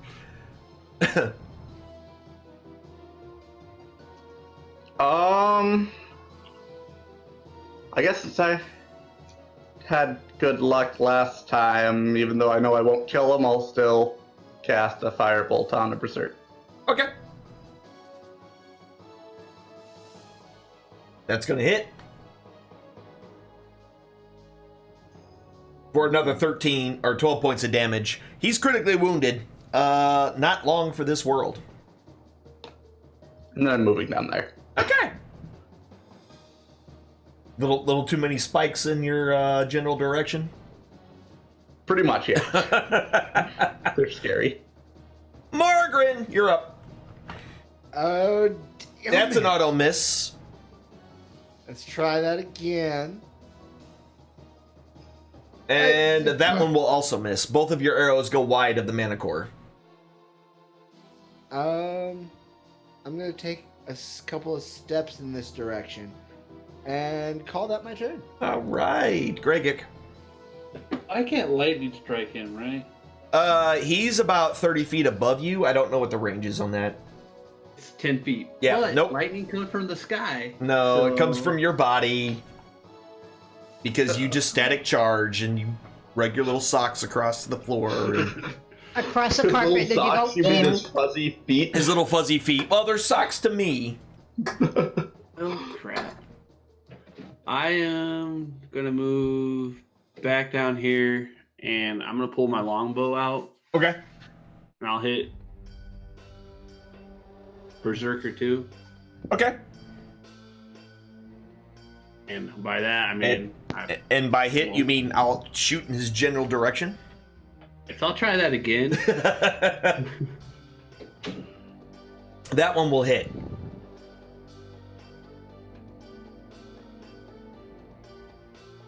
Yep, there you go for 8 points of damage. Then I think I'll just sit here. All right. You do that. Berserker number 2 is running straight in to the first person he can get into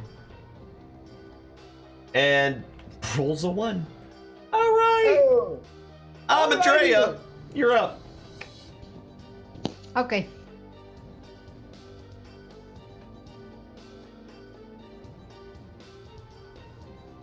Yep, that's going to hit with a 16. And with that final blow, you were able to take your sword and put it right through his throat. Okay. good work, good work. Oh yeah. And then I guess that's all I could do, really. Okay. No worries. Bojangles can't do anything. Mana cord number 1 dives I'm down. gonna- Oops. Go ahead. I'm gonna can I like put away my sword and take my longbow out? Yeah. Okay. Well, that's you what can I'm put your gonna sword away and then take your longbow at the beginning of your next turn. But yeah, do. Okay, that's what I'm gonna do. it's effectively the same thing. Oh yeah, did you ever have your shield protect you too? So that might be useful with a two-handed weapon. No, I forgot about my shield. I just assume you always do it. So I haven't even really been like I would just assume that you always activate that thing during combat. So I haven't really been like paying attention to that. But yeah, okay. Other than it protects me, it doesn't really do anything else, right? Yeah, but like I said, you can use so it allows you to have a shield out and shoot Yeah. a bow at the same time, Oh, okay. which normally you can't do. Okay. All right. So Manticore comes down, tries to take another bite at Grigic, and will miss with his bite. First claw comes through, missing, and second claw. Why can't this guy hit? For nothing. Thank you. Finally hits. That's exactly what he did last time. Exactly the same thing. Partially resisting. Go ahead and do your opportunity attack against it. Oh, since I had my bow out, do I have to use my bow? Oh, yeah, you have your bow out. Well, you can roll to see if you hit. You can try to, do an unarmed strike against it, since you have your bow out.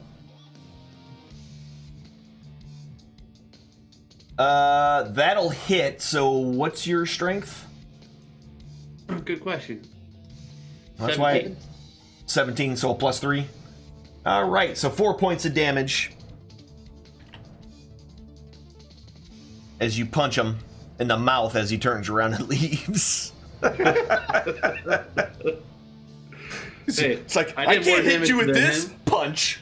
I did more damage with my fist than he did with his claw. That's actually true. Oh, actually, and you get +2 because that was a melee attack, so there's +2 because you were raging. All right. That was an angry punch. All right. 20, 25. This guy comes out here and launches a flurry of projectiles again. Misses Amandrea. Misses the turtle. And hits the bard. Every time. Again? Every time. For another 9 points of damage. And it's been 9 points every single time. I couldn't plan this better if I wanted to. Huss, you're up! I'm starting to think he's trying. I mean... Okay, I'm gonna do the mass cure wound. Okay. On everyone in my circle. Yep. Start with Grigic. You know you can target everybody and just hit that one time and heal everybody? I like rolling it. Alright. Just saying. Heals. Wow. That was a pretty good heal. Wow. Mine was better. Yeah. Somebody's a little selfish. Yeah. I'm gonna take all the good healing for myself. I love you, Skamos, but I love me more. So far in this fight, someone took away my dogs. 2 fighters have left me standing next to enemies. I mean... I don't feel very loved here. Yeah. Hey, I came up to protect you. And then you ran away from one that was right next to me. I was coming back. And dropped bless. Hey, that's not my fault. I dropped bless. She went to go get some cigarettes. She'll be back. You know. She didn't leave you forever. I had to go potty. I came back. Are you moving or anything else? No. All right, Scabos. Oh god.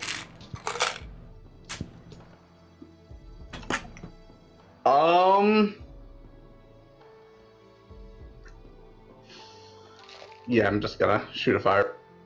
Okay. It's a good call. Tickle fight. I mean... Yeah, I can still hit 1. He has less health, so that's probably a better one. Possibly. Yeah, that's going to hit with a 14. For another 14 points of damage. Heavily wounded. Ooh. It's heavily wounded now. Good work. And yeah, that's gonna be it. Morgan. Might try and yank a few barbs out of me though. Yeah. Old school manticores used to have deadly poison on those barbs. Aw. That's going to be a miss. That's terrifying. Mm-hmm. I thought they had poisoned something. I guess that's why I figured manticores had some sort of poison. Yeah, old school ones do. I don't know how I knew that, but they seemed poisonous. Yeah, they looked poisonous, right? Yeah, both of those attacks miss. 5, I 10. just think it's pretty safe to assume that anything with something pointy that shoots, it's poison. Mm-hmm. Yeah.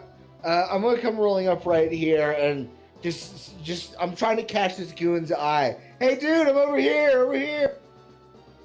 I got you. Taunting him a little bit. Yeah. All right, Greg.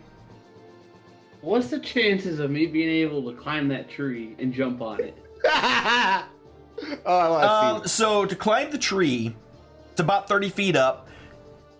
The tree itself, the branches are close enough together that you shouldn't have too much problem climbing it if you climb normally. But if you want to risk it to climb all the way up high enough to be, within the same level as it is, you can give me an athletics check to see if you can make it up there, climbing quickly. Sometimes you gotta risk it to get the biscuit. Mm-hmm. Oh yeah. No whammies, no whammies, no whammies, no whammies. Oh, wow, that's a plus. Okay, yep, no problem. So you can definitely climb that tree. That'll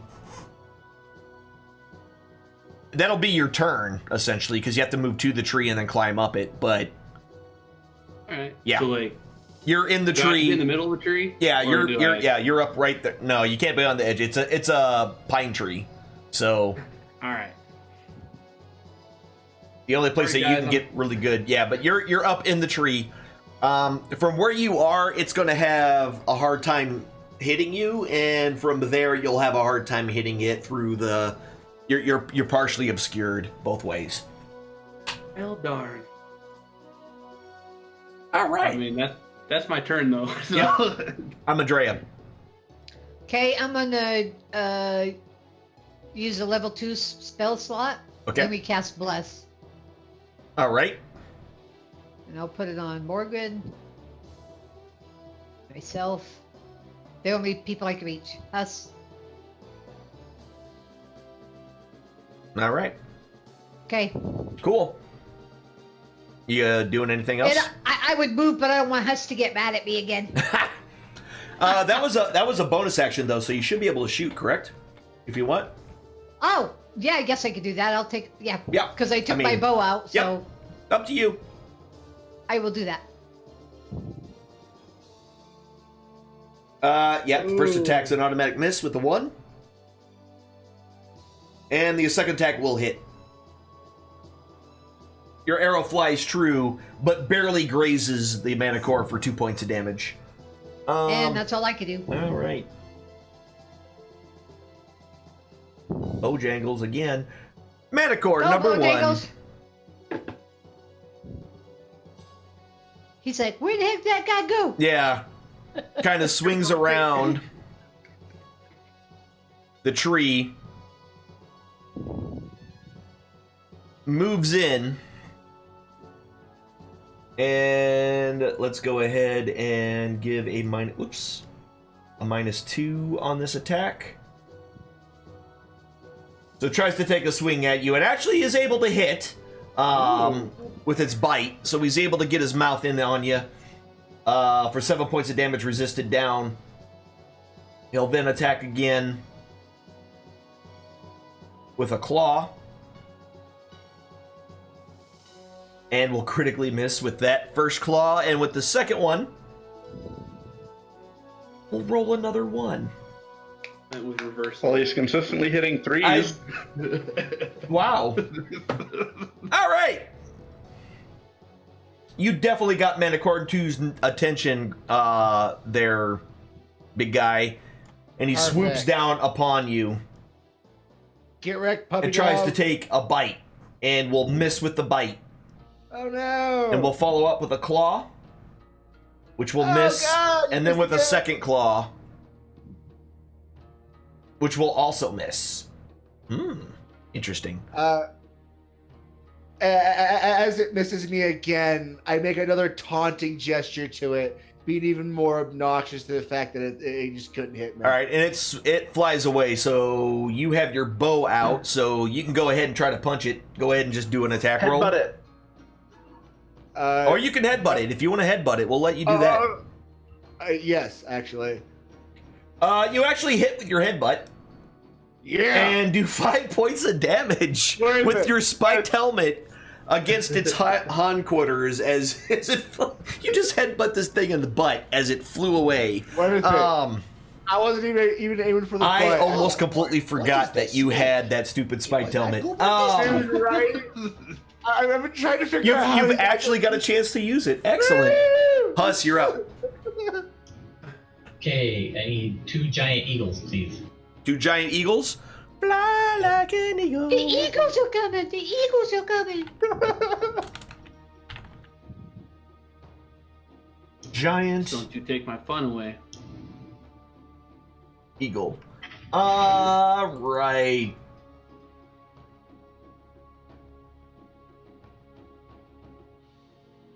There's you a couple of giant eagles. Do you have that one? Yep. Okay.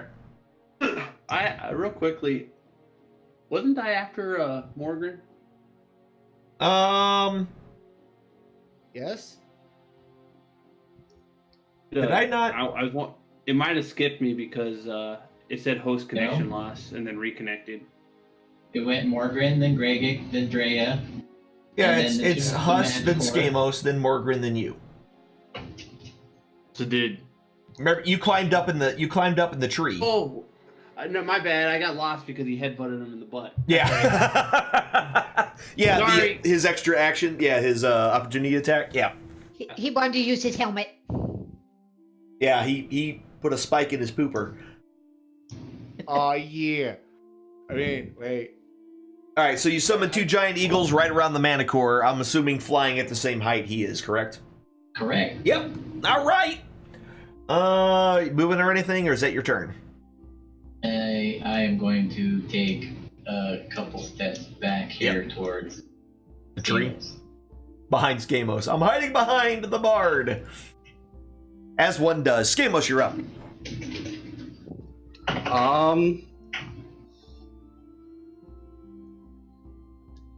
Is the Manticore still in the tree, or did he like? He's partially in the tree, trying to take some swipes at Gregik.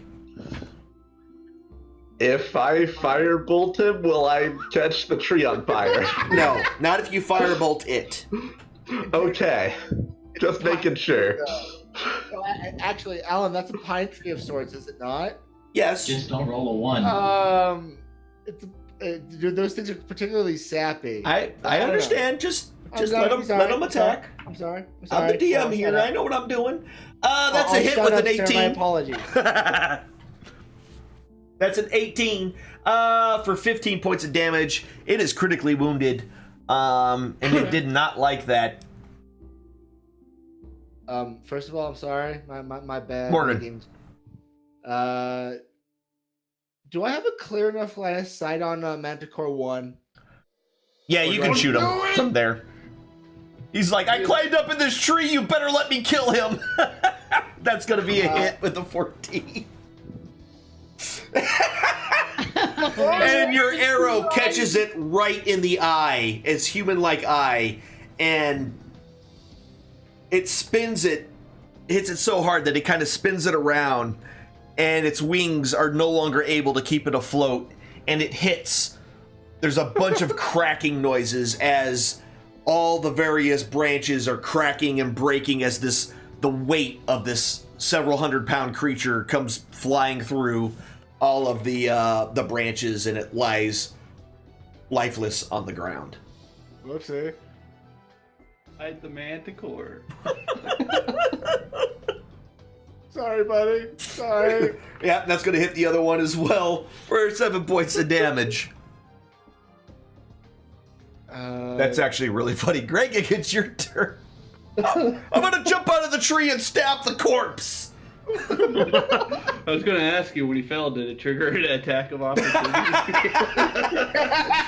I mean, if you want to, go ahead and attack it again. I'm fine with that. If you want to do that.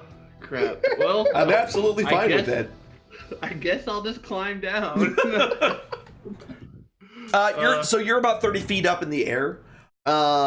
If you choose to do so, you can either do an athletics check to jump out and lessen the damage from the fall? Tuck and roll, tuck and roll. Okay, I'll do that. Okay. Oh yeah. So Land on the body. you have no problem jumping the 30 feet out and landing, and you still have 10 feet of movement left once you do that. So when I landed, can I say I landed there? Or? Yep, you absolutely did land there. That's where I was about to move you, actually. 5, 10. There you And go. then Oh, or was that my action, the athletics thing? No, that was a movement. That was for you to get out of the tree and everything. So that was just part of Pull your my move. bow out then. All right. That's going to hit with an 18. Oh, man. 4 points of damage. I'll do it again. Yep. The one's going to hit as well. For another 6 points of damage. All right. Arrows for days. Giant Eagle number 1. Okay, they get 2 attacks, 1 beak, talon. Yep. So first attack, The beak will hit.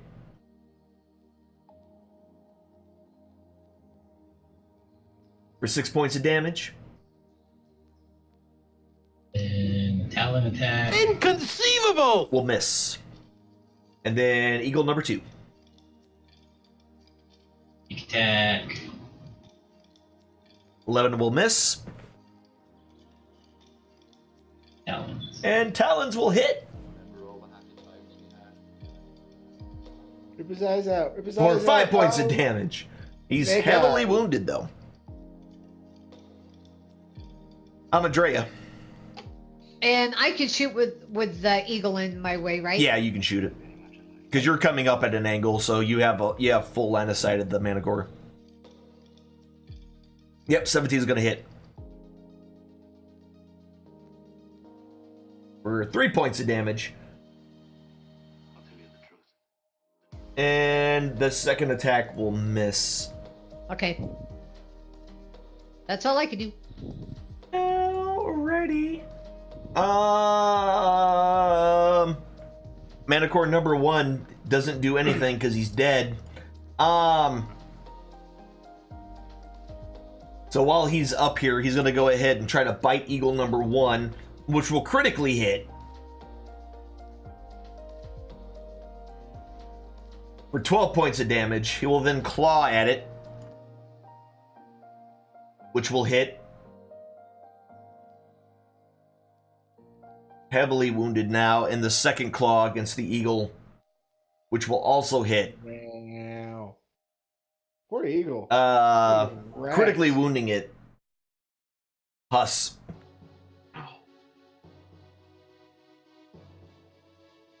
I'm just gonna wait right here and concentrate. Concentrate.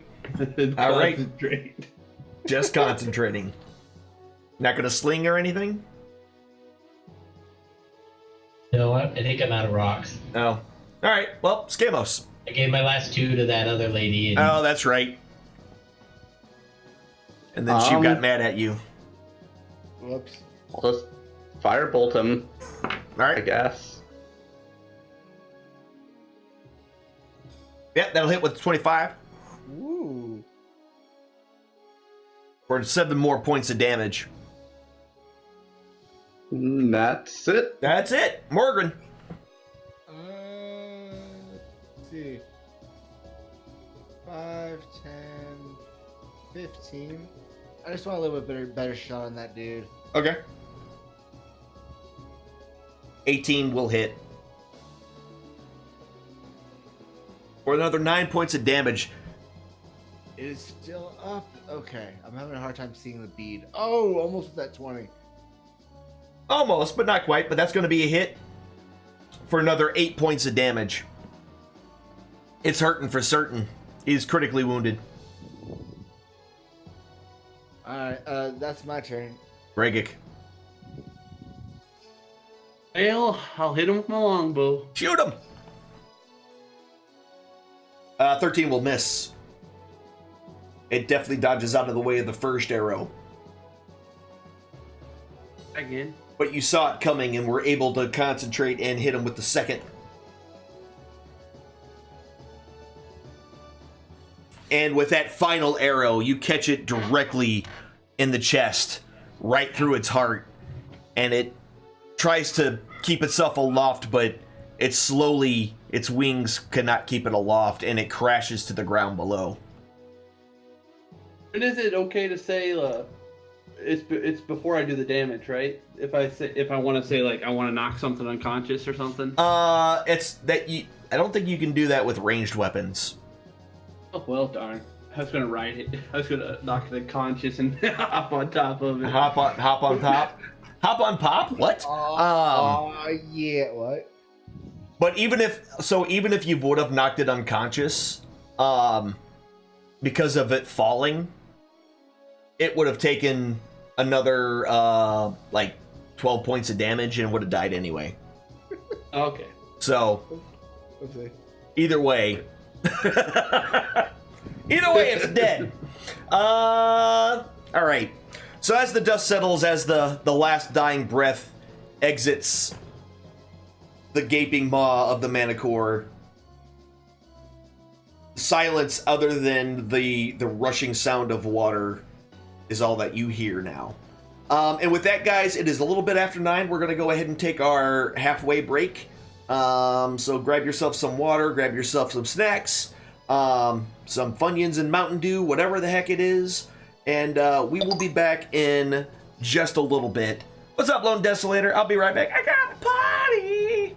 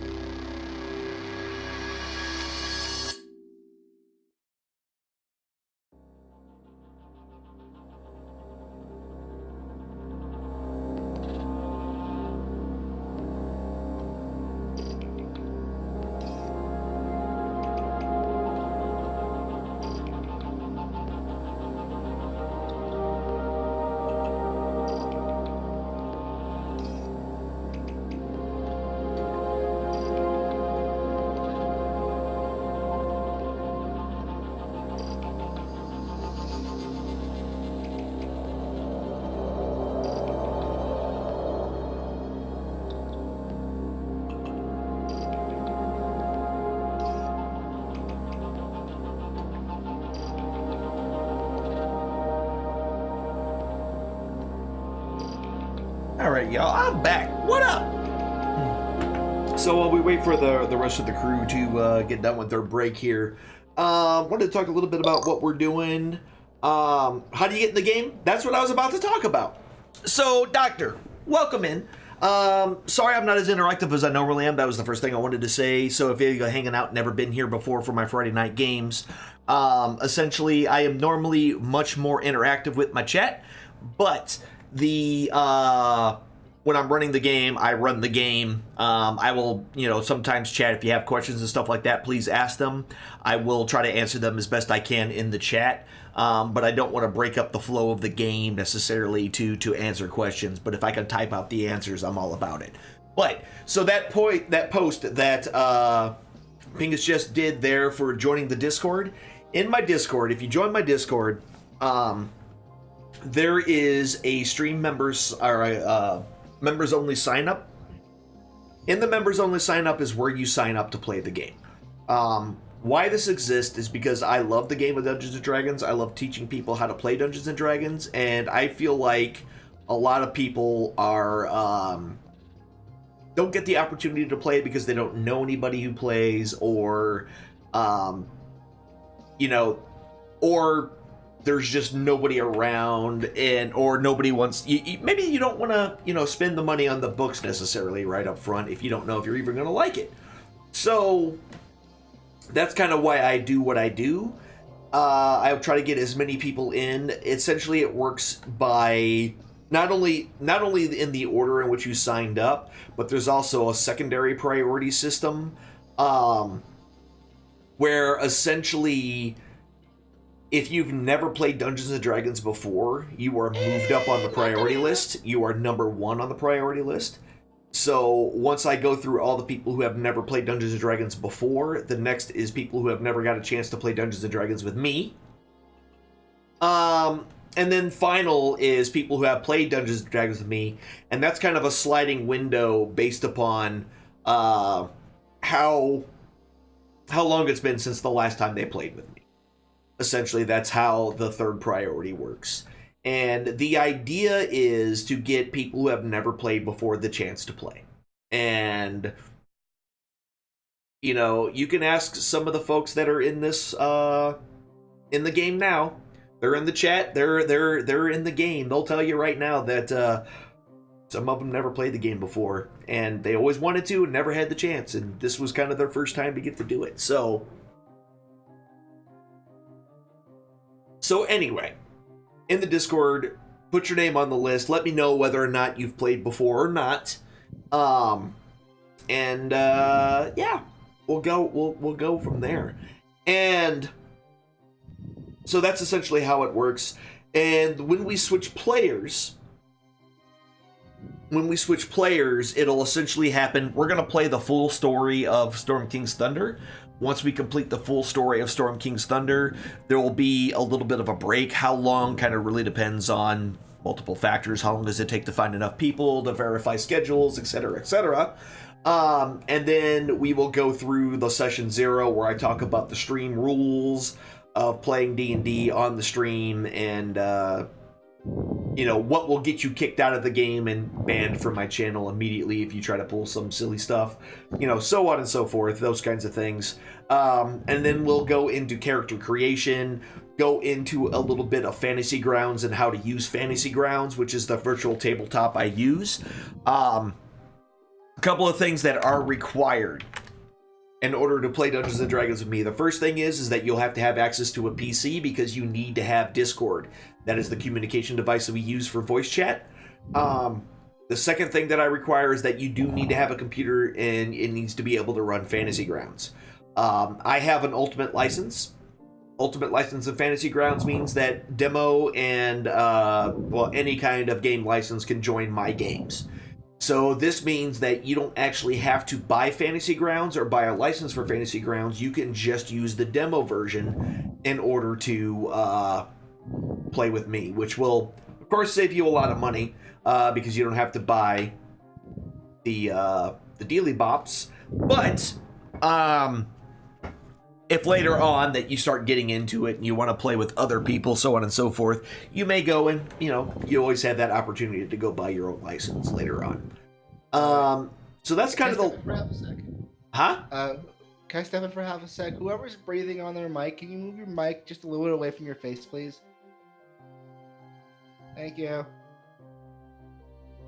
Sorry.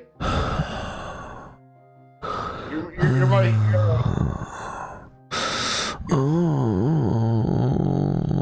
That is a different kind of sound than we're hearing, sir. Oh, sorry. I was... Don't be. You washing your hands back over there? Go on. Might have been one of the weirdest things to come back to. But yeah, guys, so I do Dungeons and Dragons on Fridays. If that didn't scare you off just now, put yourself in the sign-up sheet.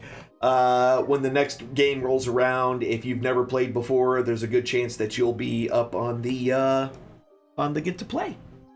So there you go. Anyway. Oh, and Greg, tell me if you see the Vicious Halberd critical hit on your character sheet. No. You do? Has a white dragon by it. Yeah. Or whatever that is. Because I basically just made it up. So it doesn't really have a link to anything, because I just made it up. So next time you crit, use that for damage. I want to make sure that it works, and if it does, then we'll be good to go for... At least when you crit, you'll have something that you can use to roll the damage. Without having to manually add it after the fact. Know what I mean? Know what I'm saying? Know what I mean? Know what you mean? Know what I mean? Know what I'm saying? Wow. A plus 12. A plus 12 to what? The damage. Yeah. When he crits with that, the Vicious Halberd. So anyway, guys, so that's what this is. This is Dungeons & Dragons, and this is how you get into the Dungeons & Dragons games. Again, they happen on Friday nights. They start at 7 p.m. and we go to about 11. Normally we take a break about 9, but the fight, I didn't want to break the fight halfway through it, so that's why we took the break a little bit later. And yeah, other than that, I stream on Monday, Tuesday, Thursdays, and on pretty much all day on Sunday. So come in, hang out. It'll be a good time. I'm kind of weird. Yeah, no worries, man. This is so.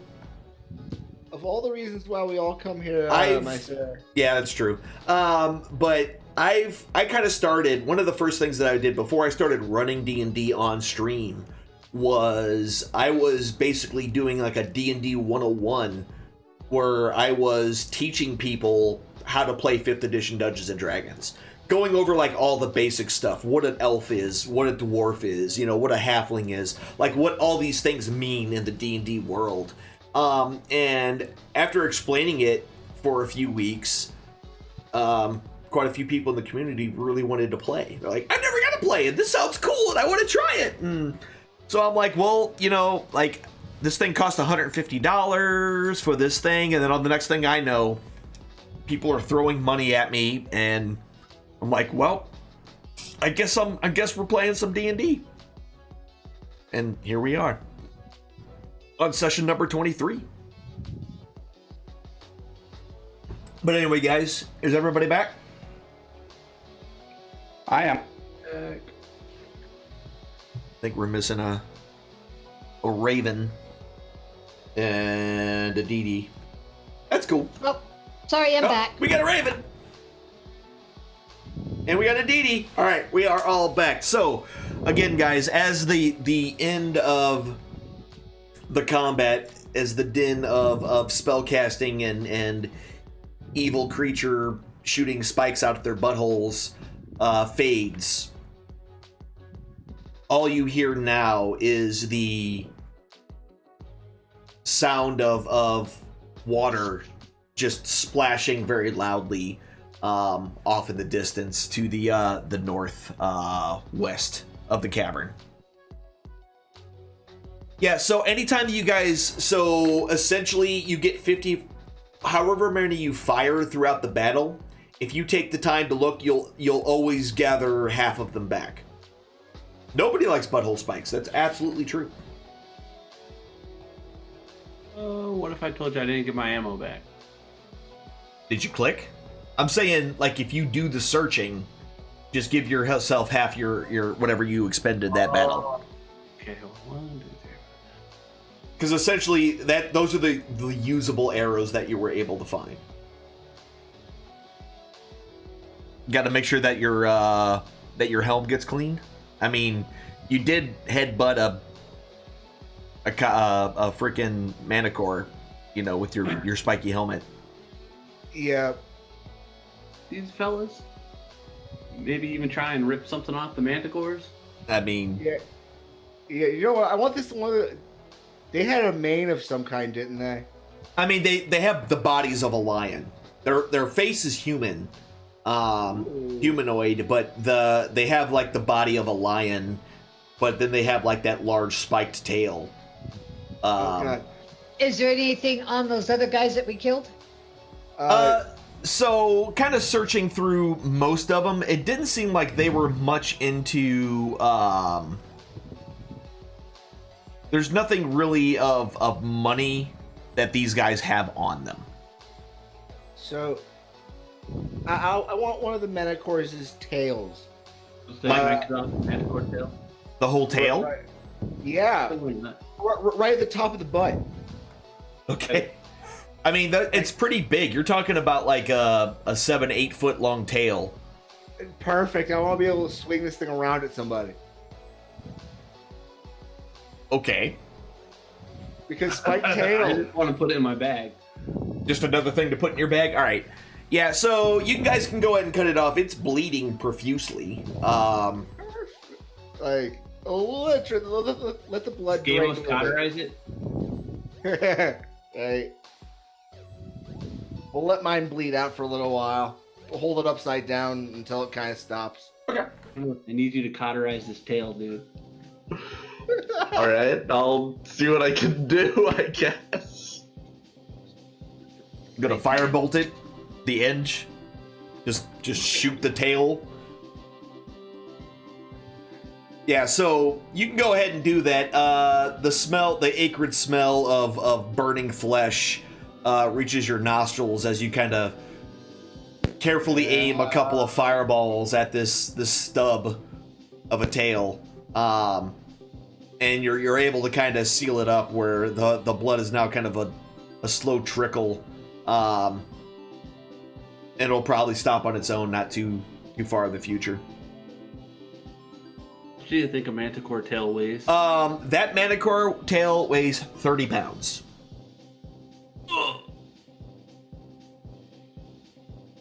Alright, I gotta find it. Sorry, 20 pounds. Okay, that's reasonable. 30 was far too much. Oops, wrong one. I 30 would was like far to too get much. on one of my eagles while I still have that.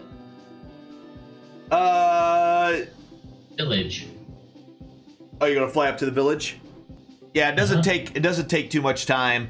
The eagles fly fairly quickly, actually, 80 feet. No. And they're able to kind of waft you up there.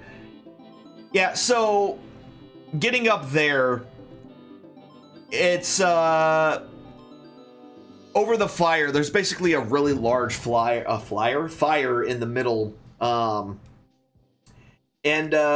you can kind of hear. Give me a perception check real quick. Perception. Yep.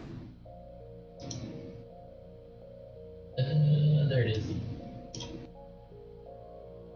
Very perceptive. Very perceptive.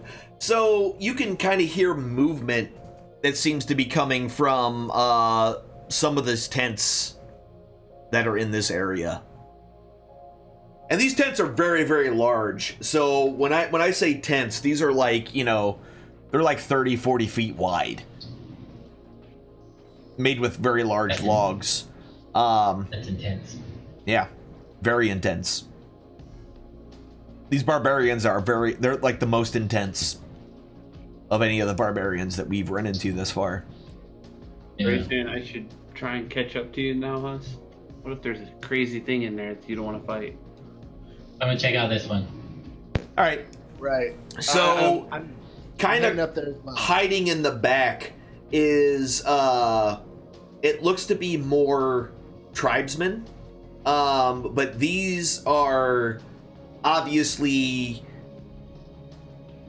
either too old or too young to be combatants. Some old ladies and old men with some small boys and girls, children, anywhere from the ages of like babies to up to like 7 or 8, 10 years old, are kind of huddled in this tent. And as you kind of stick your head in there, there's a kind of a scream and a very sense of an ease coming from this group of people. And this is where we find out how evil we are, and Hush, we should just wipe them out and call it good. And yeah. You need to be quiet. Aw. He said, "Aw." All right, so that's all I see in there is Yeah. old people and kids. Yep. And their skins. So every one of these tents, as you kind of, because you're probably going to spend some time looking at all of them. There's furs. There's like piles of furs and things on the floor. Looks like they use for bedding and stuff like that. It looks like these are a barbarian tribe that have been living out here, doing barbarian things for a while. Oh, Lord, the And I'm gonna check the next tent. Yep. Same thing. Just there's no people in this one. They seem to all have been hiding in the other one, from what you can tell. This one, again, there's not much of anything of value or anything like that. How about that one? And the same. Okay, I don't see anything up here. Back to my eagles. All right. How long do those last? An hour. An hour? Yeah, that's what I thought. Okay, yeah. So is I this don't know how much time because I know the battle ran. Yeah, the battle only took like 50 seconds. Yeah. Yeah, Round- round 9, so it took 51 seconds. wasn't bad. Less than a minute for all that. Took us 2 hours. Wow. Yeah. I basically want to fly around in here and see. Just more explore of all the things? Area. Yeah, so you can Yes. definitely you can fly through and survey all the things. So let me go ahead and And that's a quick way to unveil stuff. why did it not go away? There we go. So as you kind of fly around the whole thing, you're able to kind of survey all of the area. That splashing water noise that you heard was essentially a pool in the northwest corner of this triangular-shaped cavern that in the middle is a large geyser.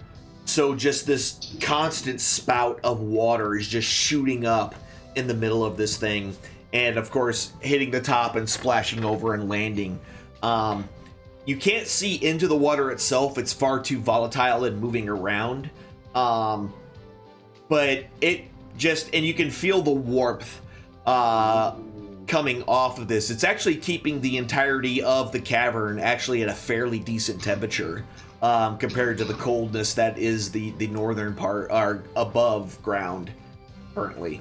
So this seems to be warming everything up. This is delightful. Like, Hey, anyone want to jump on a bird and come down south? Or something maybe to check out there? I'll go with you. I I'm want to check out guessing this birds, hospital. since they're giant, they could probably carry more than one person. No, one at a time. Okay. So if you Oh, wanted, that's they one there. could fly Somebody down can and get fly in. everybody up so that nobody has to climb up those cliffs or anything. If that's what you want to do, that can easily happen. Sure. You've got time for all that. That whole flying around thing only took 15 minutes, give or take, to kind of get a good sense of where everything was. Flying everybody up there, another 5 minutes, 10 minutes right there. So you could still have about 30 minutes left on these eagles, give or take. All right. So as you kind of climb up on this thing, the first thing you noticed are the totem poles that are on either side of this as you kind of walk up towards it. And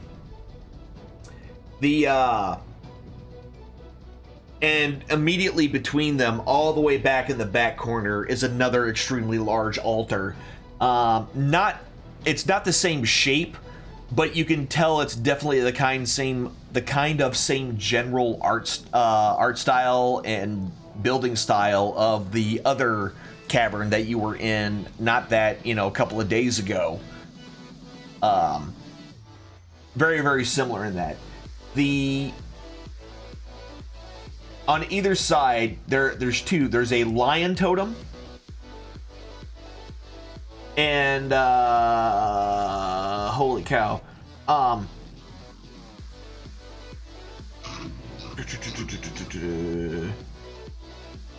And then on the actual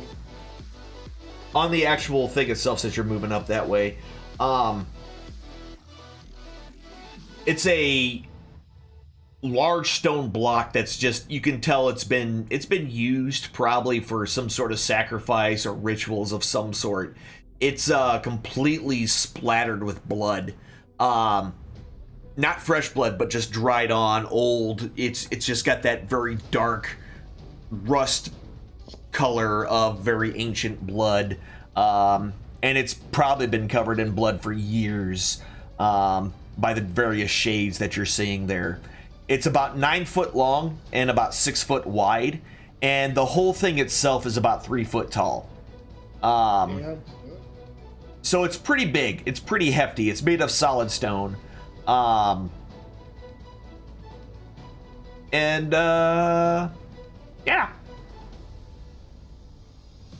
A sacrificial stone, almost the size of a dwarf. I'm glad these ain't giants. So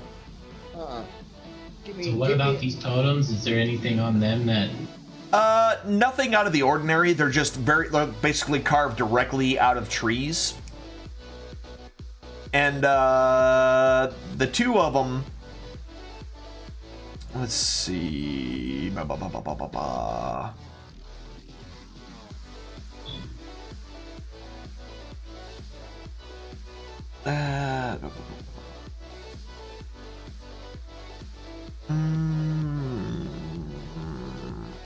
I know one's a lion. I'm trying to find it. Yeah, so it's a lion, and so the lion looks like they covered it with a bunch of dried pitch, which is hence dried, giving it a very dark and black appearance. And on the very top is an actual lion's skull. The other totem is shaped like a tiger, but this one is very stained with blood, giving it a dark red stain color as opposed to the black lion shape. And on top of it is a tiger skull. Kind of almost looks like, the gopher skull that you have on top of your walking stick there, Huss. Except, much, much larger. Maybe I should swap out. Giant lion skull. Lion skull on one head of your staff and tiger skull on the other. I don't think that'll work.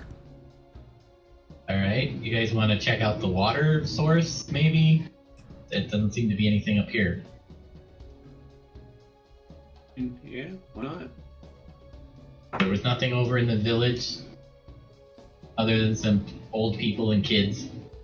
Ask them by any chance where the weird giant relic thing is? They were kind of freaked out, so I didn't ask them anything. I didn't want to pick a fight with old people. Yeah, probably a good idea. Old people, you say? Were there any ladies? No. Oh my god. They were all dudes. It was nothing but old dudes. No. Well, I mean, I guess I'm not all too picky. Did you see any manticore nests while you were around? Maybe we could get an egg, get a baby manticore. Ooh. Hell, So Oh, when you wow. were flying around, you did see on a high shelf near the same corner where the geyser is. There was some sort of nest kind of laid out there, fairly large in size, definitely with a bunch of animal bones and things like that kind of strewn around it. But you didn't see anything there that necessarily looked like eggs of anything as you were in that area. well, Darn. I say we go check out the nest area to see if we our artifact this water area. Alright. So Heck, I'm coming with fly. All right. you. So That one. you're able to kind of fly up and into that area, and looking around, there's nothing really of any value. Pretty much anything that was organic has been devoured, and even things like bones and whatnot have been half chewed on or completely chewed on, broken in half. There is discarded wastes kind of over in one side. Essentially, it had its own little litter box that it was using to dispose of his droppings, and which smell terrible, by the way. And other than that, there's nothing much of real interest that you can see on first look. So we don't see anything that looks like it could be the relic we're after? No.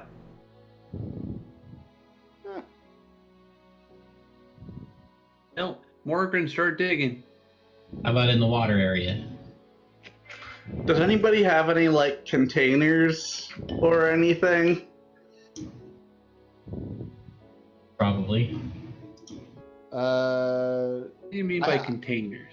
I have this Something water. I could store some manticore poop in. Nope. Why do you want manticore poop?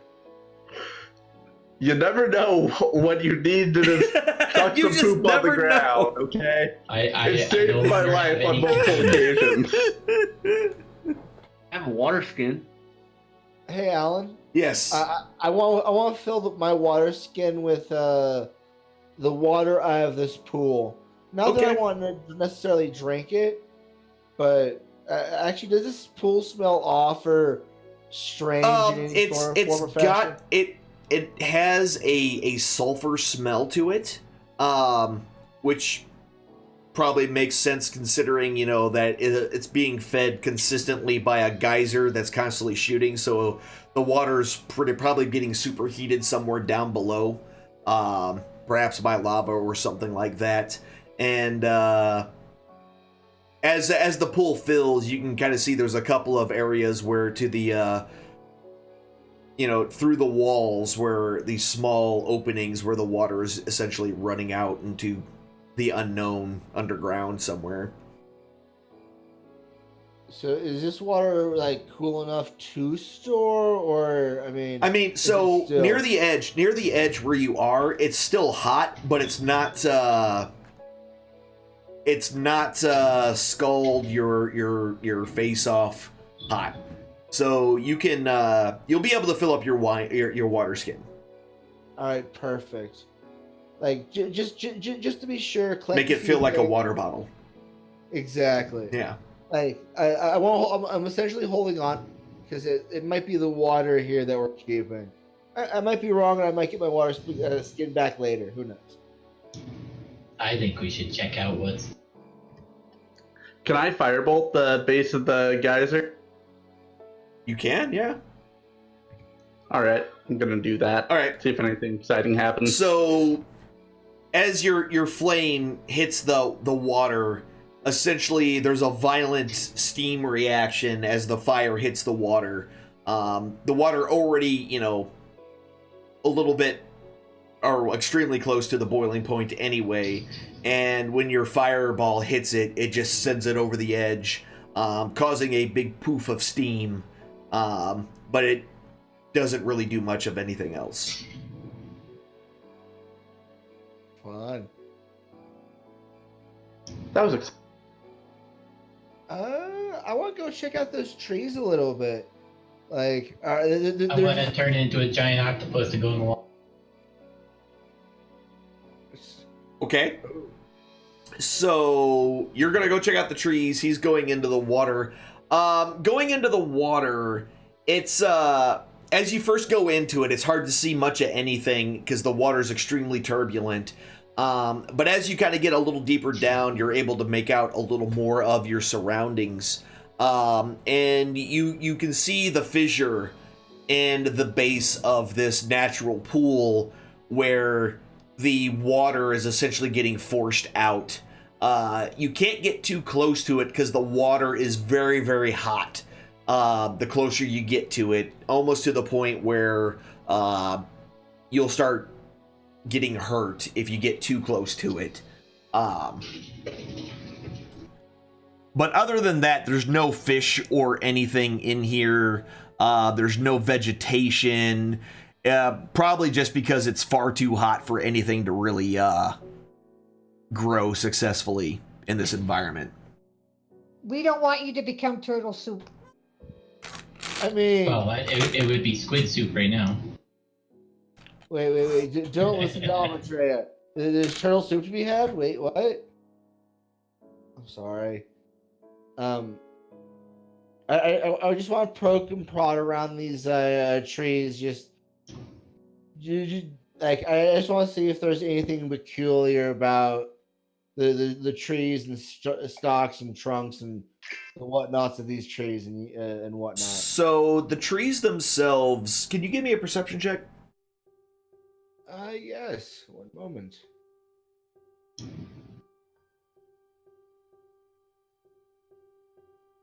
Damn it. Yeah, so the trees themselves don't seem out of the ordinary, other than the fact that they're growing, underground, but that's not necessarily odd considering how large the hole is above where sunlight can easily get to them. Yeah. Hooray for being horrifically bad at rolling dice.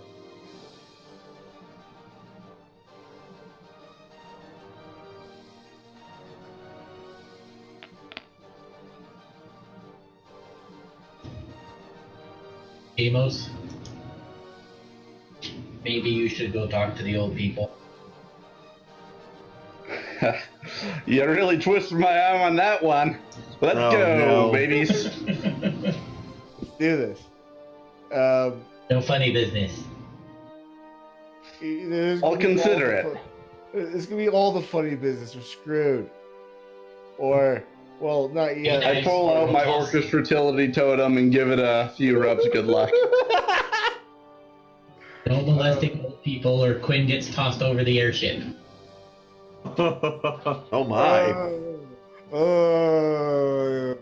Fighting words. Quinn's still sleeping, by the way. Right? Right. Yeah, she's just on the airship, just chilling.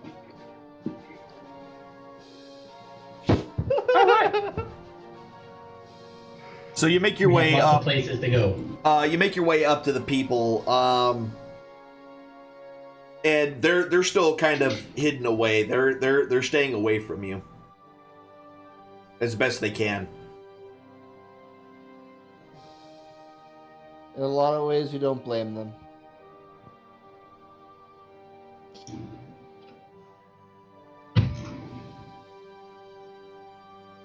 Either we're missing something or the thing's not here.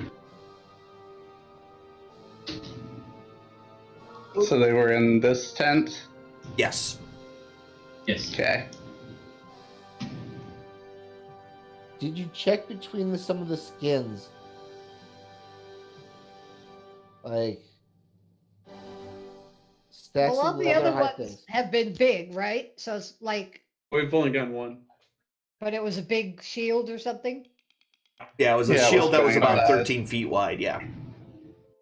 A question for you, Mhm. Alan. You said when we first came in, there was like a log or something suspended above us. Yeah, It was the essentially, rope. that's what the rope, the knotted rope, is tied to that leads out of this cavern to the forest You sure floor that's above you. log? Yes. Okay. You could easily see it as the ship descended into this area.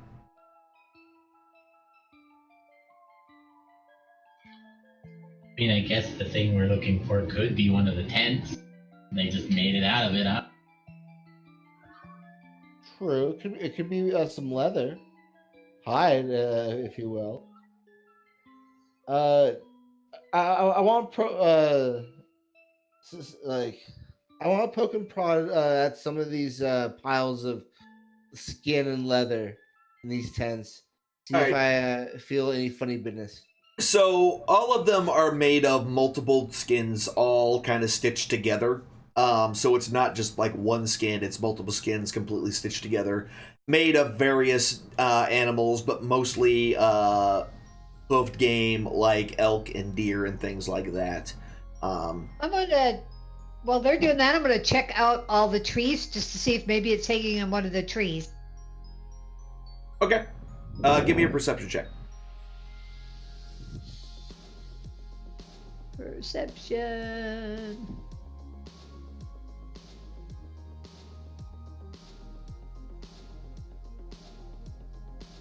And with the 19, yeah, digging through like the trees and kind of looking in all the branches and stuff like that, there's really not anything out of the ordinary. You don't see anything dangling or hanging off of them.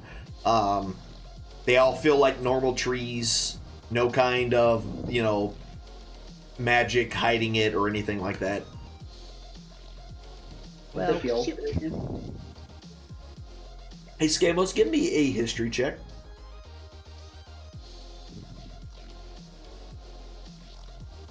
I can do that.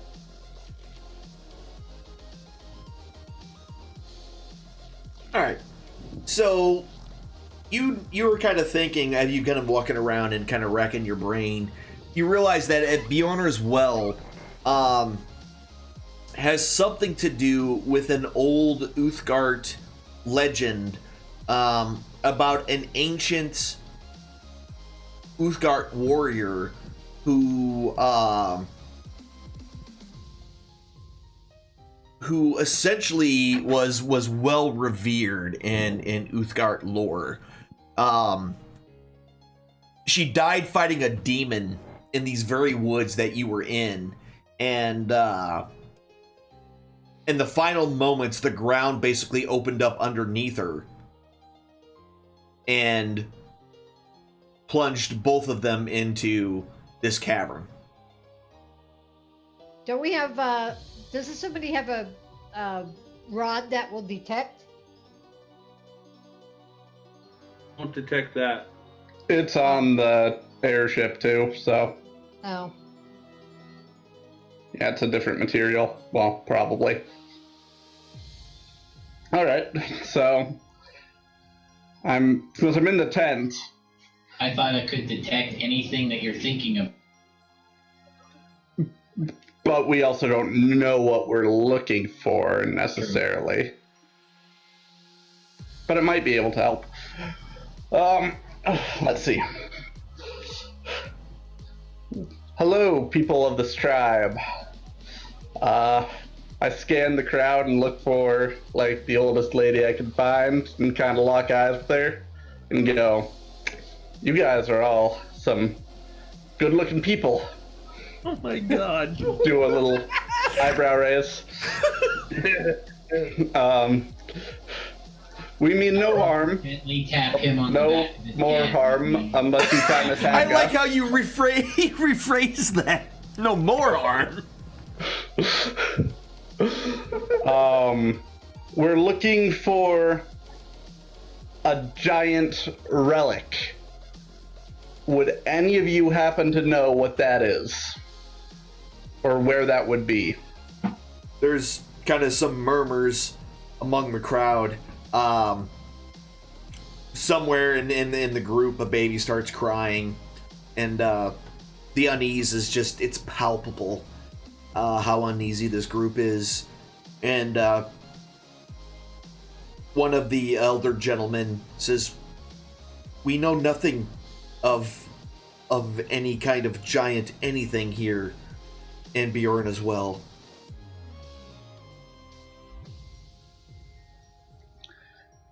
So the demon that was fought, is there any remnants of that demon or Brianna? Brianna was buried underneath the altar.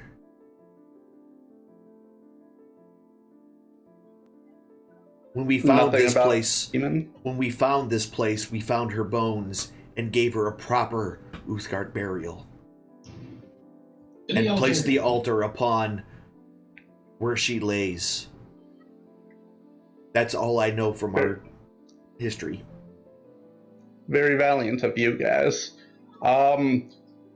What is the altar? Is it just normal stone, or is it any sort of ceremonial special thing that was found around here? It's always been a central point of our tribe. And it's stone is I don't really understand that question. It's not magic. We do not like magic. We do not like you. And please, you're scaring the children. I have that effect on people. Hey, I tap Ping. I tap you on the shoulder. Hey, dude. Maybe we just need to. I don't know. Exhume a body. Maybe clicks on there ceremoniously. More looting is required. Me things. Because, like, if I know people, we like to bury our dead with all sorts of pretty shiny things. And that pretty shiny thing might be what we need. So maybe we go break an altar, call it good, and yeah. Thoughts? I think that sounds kind of like a dick move, but If it's something they use for their worship, they may not like the idea of us breaking their altar.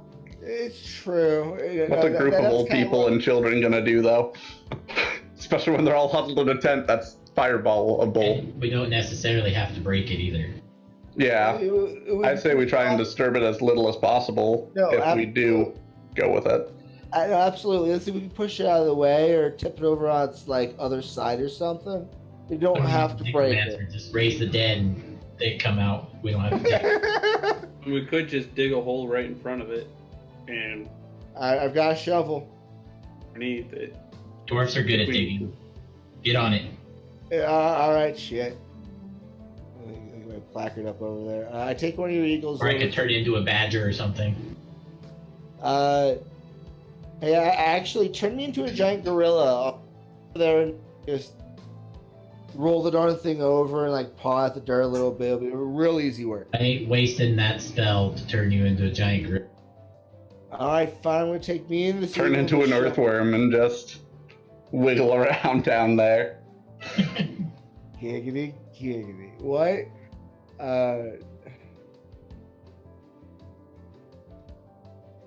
To the Yeah, there you altar. go. Either way, let's if you're go working, move you it. can get See if we underneath the can. dirt. I'll head to the altar too. All right. So, by the way, your eagles are gone, Huss. They have served their 1 hour purpose and have dissipated whence they came. Where did Also, before I leave the people, I say thank you for your time. You've been a good help. As a reward, I'll show you my cube. And then I pull my cube out of my backpack and just kind of hold it there for like 5 seconds, and then I leave. You? That's that wooden cube, isn't it? It's not even like wood, it's just Oh, that's a right. cube. That's right. It's just a It cube. doesn't say anything about what it is. It's just a weird ass cube that a giant had. All right. No, I bought it at the store. Oh, that's right. That's right. It was a cube. It was just a cube. All right. So you guys make your way over to the altar, to the large stone slab. Dig. I would like to inspect the stone to see if there's a way to say Push it, move it, roll it. Is this stone over anything, or are we trying to dig in front of this? What we want? Give me a history for your stone gunning. All right. Hold on. Because you're a dwarf and you know about stone. And I'm done with a box of rocks with a -1, but still. All right, yeah, with the 17, this top block seems to be, so it's not one big solid piece. The top block essentially looks to be resting upon another block from what you can tell. So it might be able, it's going to be heavy, extremely super heavy, but you might be able to move it. I'll do the secondary best dwarven thing I know how to do and pull out my crowbar. Yeah, I got a crowbar. Look at that. Now, is this is this a small stone slab maybe, or no? It's 3 foot. It's 3 foot by 6 foot by 9 foot. Thick pieces. All right, everybody. Let us all put a little bit of weight behind this. I'm gonna find the crack point and give it a pry. So, on the count of 3, yeah. So are you all trying to move it? Is that what you're doing? Yeah, that's what I'm hoping to get everybody help. All right. Might as well. Everybody, give me strength checks. You get advantage on your strength check, Morgan.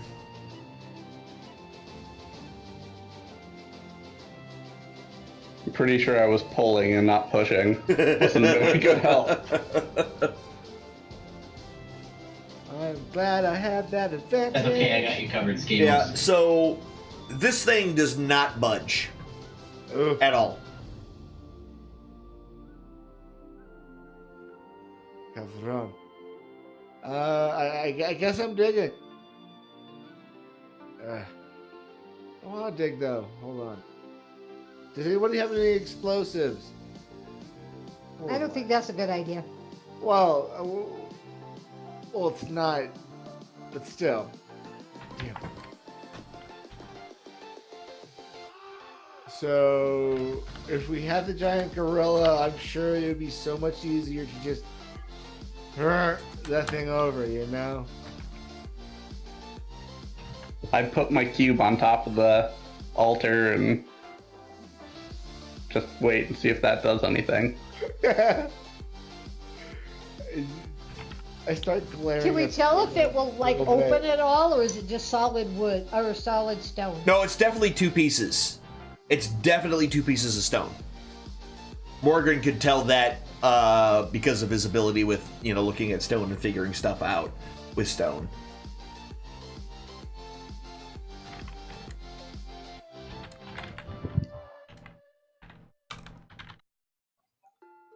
Can we see any other things about it?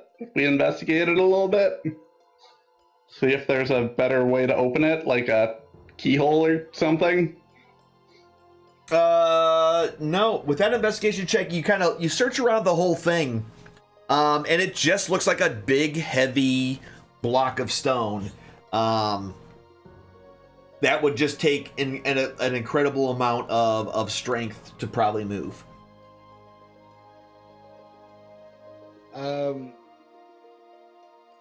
Let us try. Hold on, see if I actually have it. I'm guessing my chime of opening will not. It's not a door, so Okay. probably not. That's what I figured. Actually, wait a cotton plickin' minute. Freezing rain, fall cyclone, return 2-point range. Hold on, I'm reading something. It might have a pushback effect.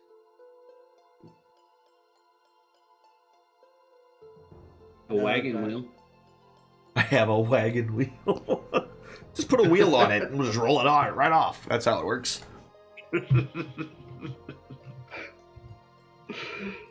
So, like I said, how heavy does the top piece look? Several tons. Okay. There goes that I mean, idea. you're talking something that is like 150 cubic feet of pure stone. So with the shovel that I have, I want to test the dirt. Is the dirt around this whole thing soft enough for me to actually dig at? Yeah, the ground itself just looks like regular dirt.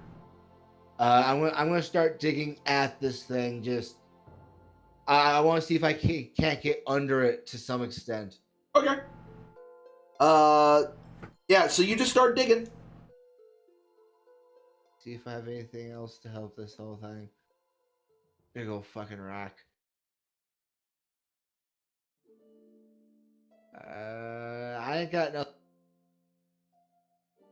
Unless y'all want to start helping me dig. See, do I have a So, shovel? I have another idea. I could try. But it's gonna take a while to cast because I'd have to cast it. But I can do meld into stone. See if maybe I can pass through it. You might be able to get that item equipped and melded into you. Yeah, worth a shot. How long will You that allowed to take? have items pass through, too, or is it just you? It says melding yourself and all equipment you carry with stone for the duration. Heck, you could probably equip it from. Would you be able to equip it from the stone though? So I'm assuming if I move through, grab something, and then I could walk back through with it. I don't know. It seems Because it reasonable. would be equipment I'm carrying at that point. Meld into it, get in the middle, and just turn into a giant gorilla and blast off the top. Oh, yeah. Yeah. What level spells the first spell to melt stone? A level 3. Ooh. But I can cast it as a ritual, so. Oh, that is delightful. So you can only use your movement to leave the stone where you entered it. No. Otherwise, So I can't. otherwise you can't move. Yeah. Okay. But would he be able to see within the? No, Darn. he's completely blind No. while he's inside of it. Could we just use the airship and try and see if we couldn't, like, pull it off? Pull the top off? You would need several hundred feet of rope. Ooh. Good thing you got a bugbear. Well, and by several, I got, 100 feet of rope. Yeah, that'll get you kind of to the But- first. The airship has 500 feet of rope on a harpoon. True. So my question is, what would happen if we cast erupting earth upon that rock? Not much, because it won't. Essentially, it takes the surface layer and kind of throws it up in the air like a shrapnel bomb. So it wouldn't do much of anything to it. Say we go up to the ship and see if we can't try and figure out something with the ship helping us. I would almost recommend we go to the next site at this point. Like, it's only to open up more options, and there are other sites, arguably, but that also probably means we're walking away from something. I just don't understand this puzzle right now. I say we just fire the harpoon at it, or well, towards it, and then we figure out a way to connect things together, or wrap it around it, and then just try and yank. Actually, I'm curious, how far down have I gotten? Does it seem like I'm able to get under this thing at all? You've made it probably a good 1.5 feet, 18 inches, 2 feet down. Okay. I'm gonna try turn into a badger because I can 5 feet. Okay. So badger form. Badger form. All right, you switch into a badger form. You got a burrow speed, so you're able to dig down and dig through. Do you just go underneath, see if there's an opening or cavity? So you dig underneath, and as you kind of dig through, feeling your way in, you eventually open up a pocket that seems to be about directly underneath the center of it. Do you have dark vision as a badger? Yes, sir. All right.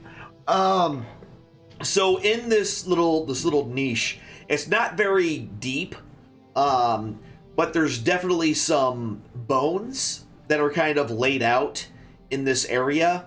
Really thick bones. A very large creature, whatever this creature used to be. Hard to tell from your squat vantage point. But as you kind of nose around in this thing, because it's not a small, like, it's about 5 foot deep, and is about the same size. Above you, you can actually see the stone block, kind of over top of this whole thing. And you can definitely see that the where the edges of the stone are for the other stone that this is resting on. You can see that as well. So as you kind of trundle through and look through all the things, something else that you notice that has a bunch of carvings on it. And some of those carvings look like giants in combat. Okay. Something that I can carry? It looks pretty big, so as you kind of circle around it, to kind of get a feel for it, it looks like a mammoth tusk, but it's hollowed out on one end. And, it seems to be cracked in some spots, and damaged, like with chips and things like that in others. But it looks to be hollowed out all the way from one end to the other. Almost as if it was a horn of some sort. And again, carvings of giants in combat surrounding the whole thing from one side to the other, from one tip to the other end. It's probably what we're looking for. Is it wide enough it'd fit through a 5 foot hole? It could, but again, it's big, so I don't know if you'd necessarily be able to drag it. Okay, But- 'cause I have another idea. Because you could probably do some digging. I don't know. Can I start digging at that hole Huss had made as he dug in? Yeah, absolutely. You can start Okay. clearing I out some of wanted the to go- dirt that he left behind. Mm-hmm. I'm sure one of our people have rope hanging off their belt or something. I just grab the and then drag it back in. A 50-foot rope. I have 50 feet of rope too. Well, you can't talk right now, Huss, so... I know, that's why I want to just go grab it. So I don't know where y'all keep your rope. Usually it's tied around the backpack. Around the backpack. And more than likely, that's where I have my rope. So while you're digging, Husser, you see a big shovel keep, like, splapping down in front of the hole as you're trying to leave to go back out. I'm gonna make hissing noises. Hey, don't. Dude, I don't mess with no badger. I back up a little bit because... Honey Badger don't give a fuck. Exactly. They would maul me. Bite your ankles. Yeah. Exactly. All right, so you back up, and Huss has a full chance of getting out.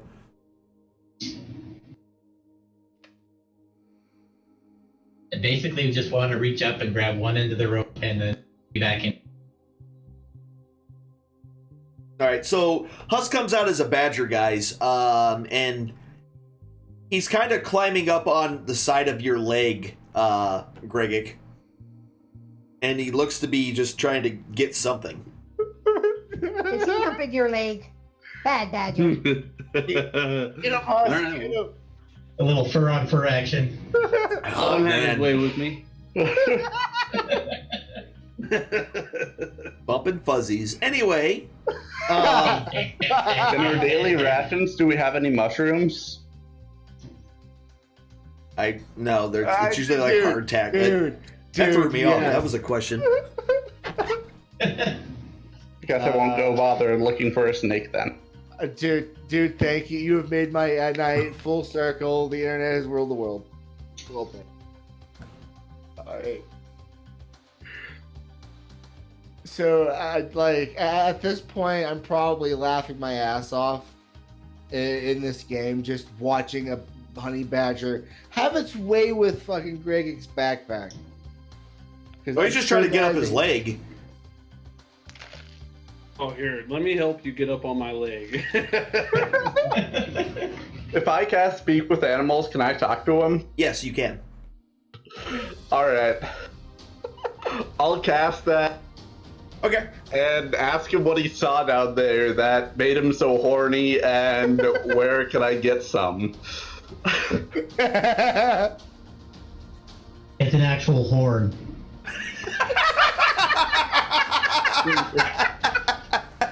There's a horn down there. That's so we actually should, hilarious. like, dig down there, and is it like a fertility horn? That sounds like something I could really get behind.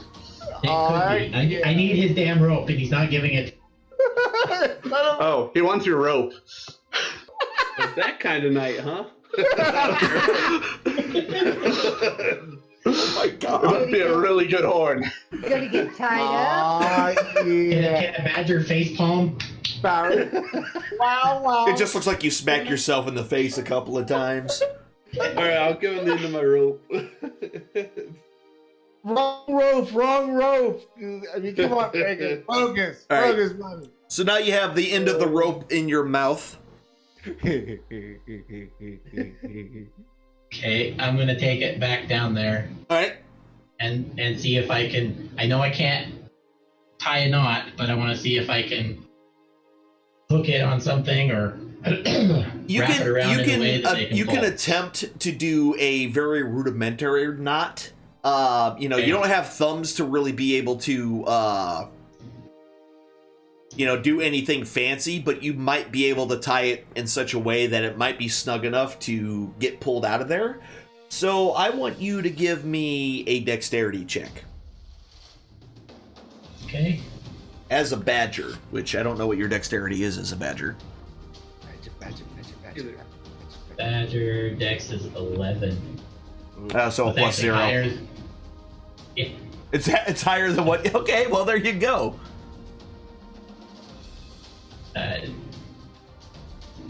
There. 1. All right. So I am a badger. you kind of get it. It takes a while, but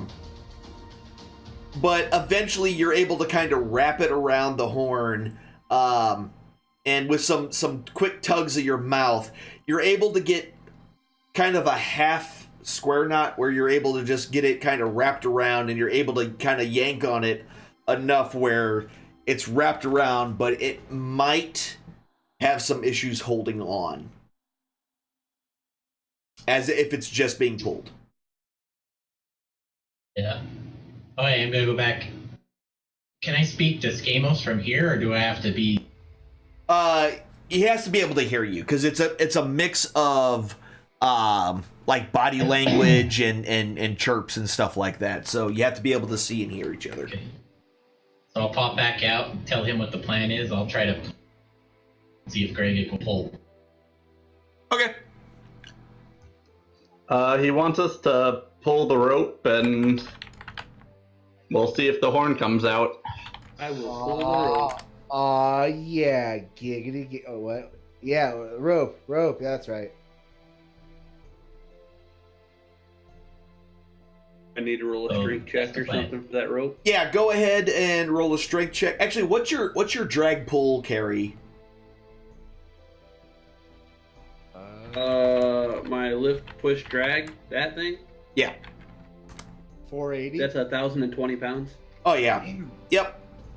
You're able to start pulling it, no problem. I wouldn't even make you roll for that. So he starts dragging it. What are you assisting on pushing it from the backside there, Correct. Yes. Huss? Okay. Yeah, so you're going to start to grab it. Give me a dex check, Huss. Much All right. better. And give me a strength check. Greg. All right, with your powers combined. No, not you. Hold on. I was gonna say Greg didn't roll that. That was the badger. Check is I just don't under care. strength ability thing, right? Mm-hmm. All right, cool. So with you pulling it slowly out, you're able to kind of keep. Every time that you see the knot start to loosen up, Huss, you're able to kind of get on it and tighten it down a little bit more and run back. So essentially, you're just doing this constant thing of tightening the rope back up and then kind of nudging and pushing it. When it starts to get caught on a piece of dirt, you're easily running up and digging it out real quick and, clearing out the path for this thing. And after a couple of minutes, you start to see the horn emerge from this hole that was dug by the giant badger, Huss, and it starts making its way out. And now it's seeing the light of day. And as soon as it kind of is part of the way out, the rope just completely pops off the horn.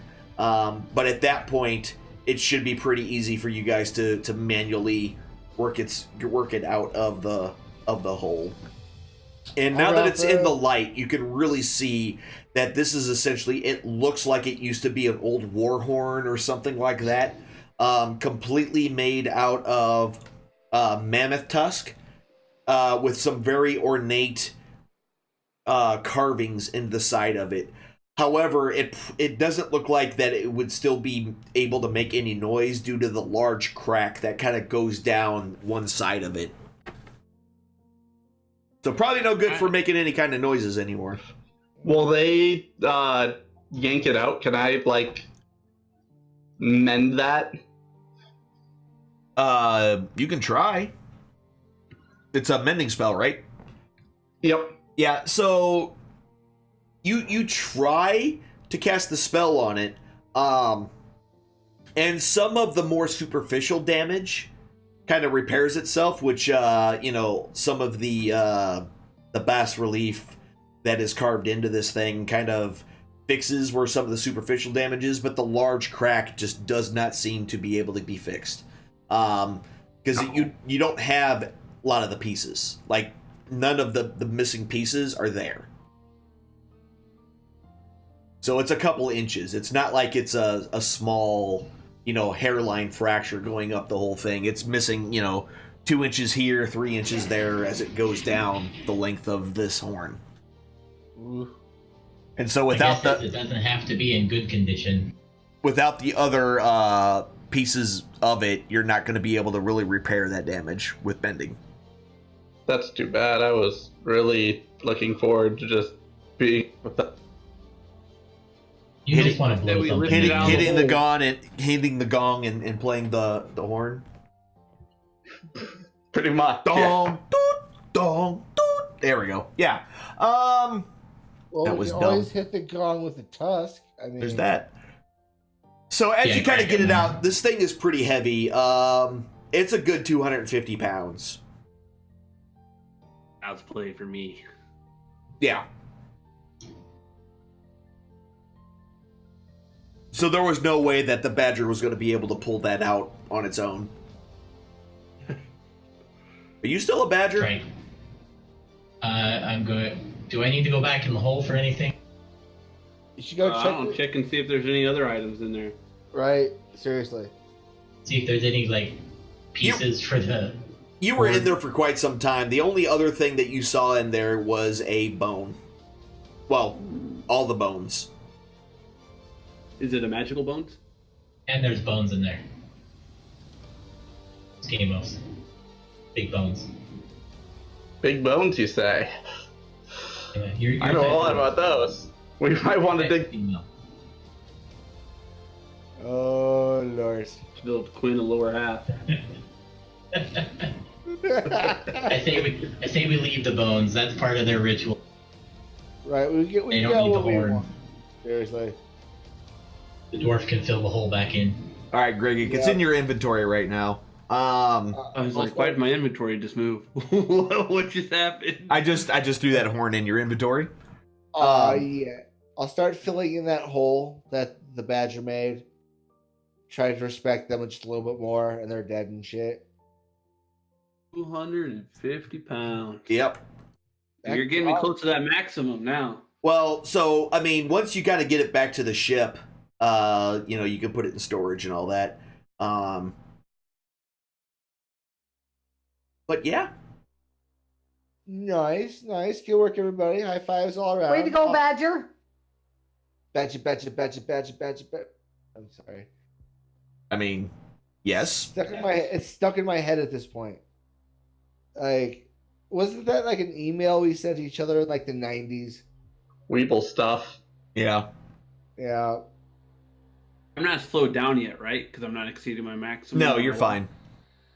All right. What is your maximum carry weight? 510. 510. Are you still carrying around that chest? Yeah. Inconceivable! It's in there in my inventory. Yep. He sure does. Kind of on your shoulder, just a little bit. Still mauling people. Can I put it in my bag of holdings?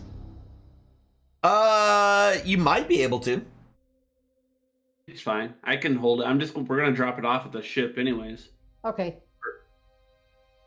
I say we make our way back to the ship at this point, to be honest.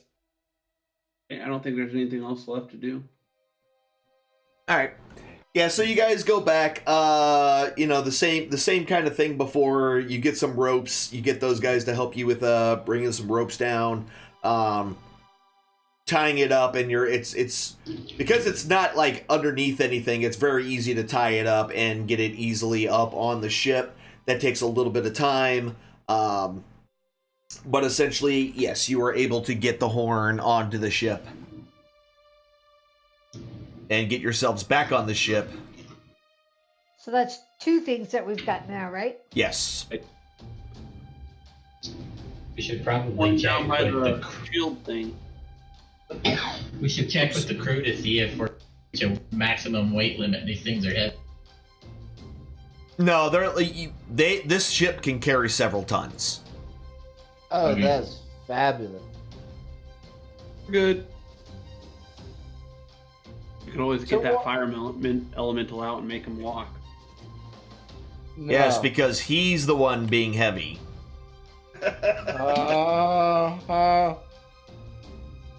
Why is this? I'm gonna lay the horn down by the shield. All right. Yeah, you have no problem getting it up there. I'm gonna have to fix this. I don't know why these are so tiny.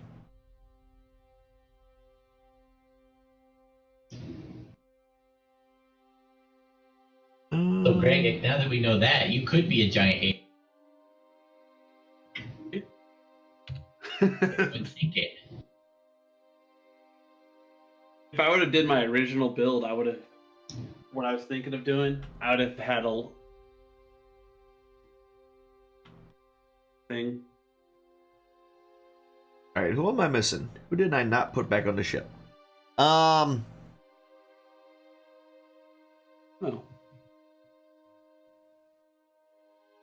Oops.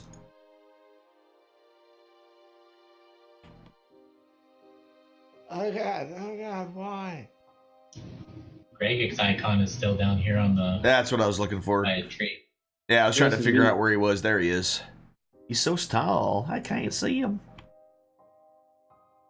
He's He's huge. still reaching too. There we go. That should be good now. Tokens are locked. All right. I think we're good now. Okay. So they look to you and okay, so where to next? Question. I already forgot. So now One we were going to stone. go to One Uh, stone. Look on the regular map one, and see if one, One stone. Stone. Yep, one stone is the next closest place to Bjorn as well. It was one stone. So you point them in the general direction to one stone from the well. Judging by this, it probably won't take all that long to get there. You'll probably be there by this afternoon, actually. So you have a couple of hours to about. A matter of fact, as you're kind of heading down this way, you pick up quite a bit of a tailwind, which will actually speed up your time. So you should probably be there in about 5 hours. A series of short rests later. I was going to moving. suggest they drive a little slower. Right. Give a few more spell slots. Well, the flow of air is not really their control, so you get there when you get there. So a few hours later, about early afternoon time frame, just after lunch, you start to kind of make your way closer to the One Stone area. One Stone is a lot different from the other two that you've experienced thus far. This one is extremely easy to see from the air.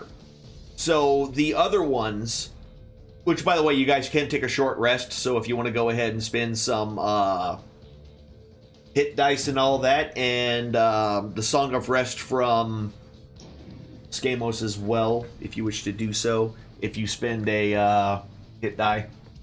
Yeah. To 1d6. Yep, an extra That you 1d6 to heal yourself.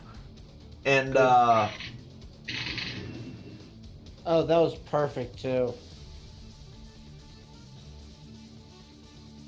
matter of fact, let me go ahead and mark this as a short rest. Alright. Alright, so everyone takes their short rest. So this place, as you get closer to it, is a lot different than the other ones that you've kind of experienced before. And generally, because this one is easily seen from the air, it's not in a cavern, you easily are able to come up on it.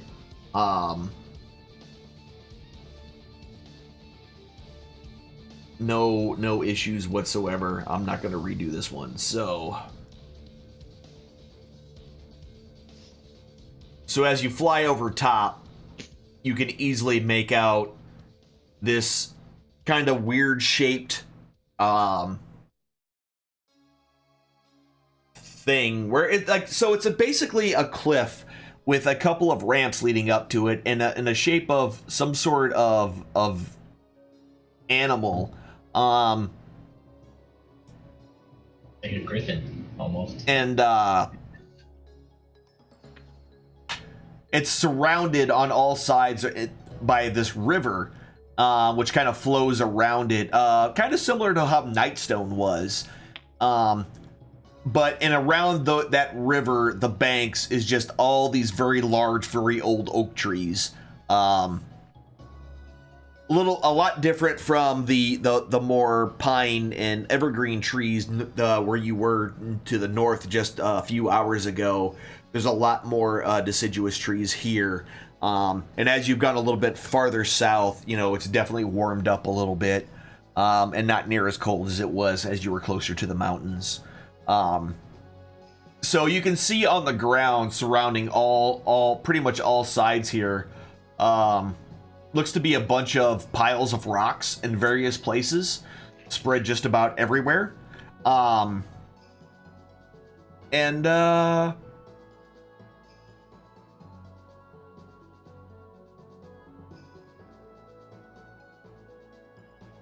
Now, what is that represents its eye? A statue, a tree, pile of rock?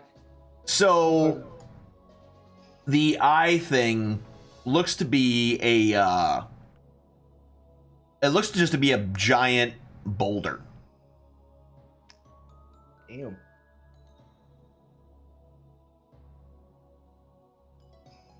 There's supposed to be something here? And are those statues down towards the left? So each one, they're basically some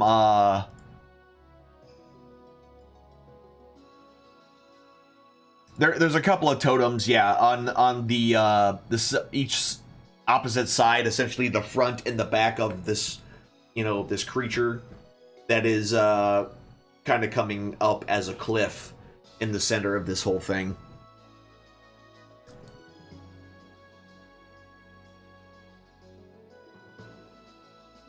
Any other bushy shaped things, or are they plant life, or Those are like piles of They're stone piles of cairns. rocks. okay?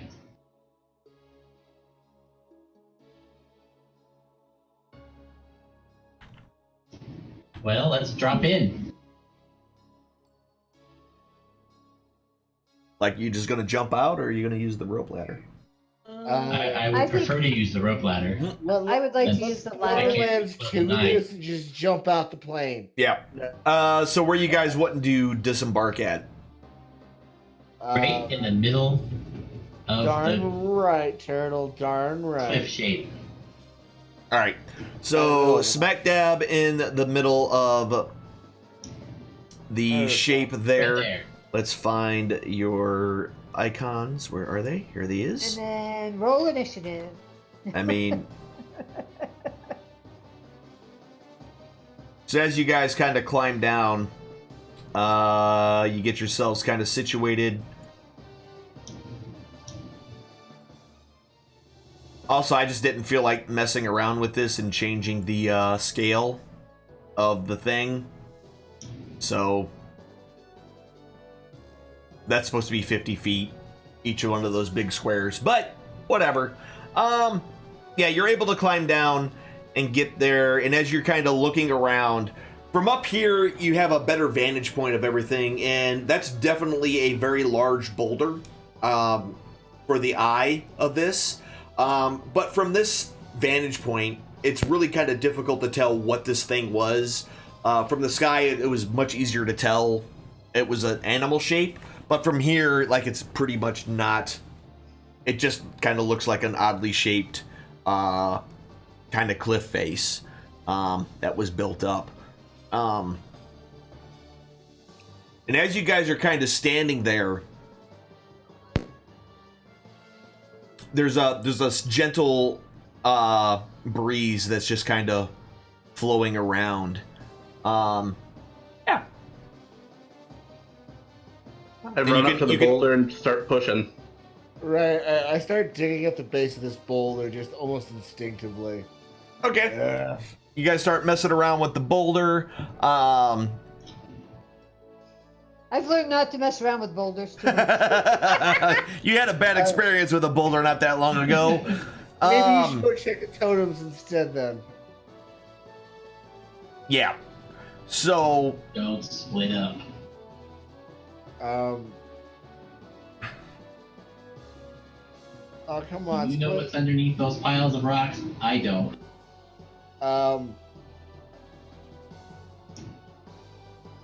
I say that we go find out. Poke and prod. Maybe you'll find some spiders or a mimic pile or I don't know. Who knows? yeah, so the boulder itself, as you guys kind of start digging around it, it's a big Hairy baby. it's big and it is heavy. Extremely heavy. Far heavier than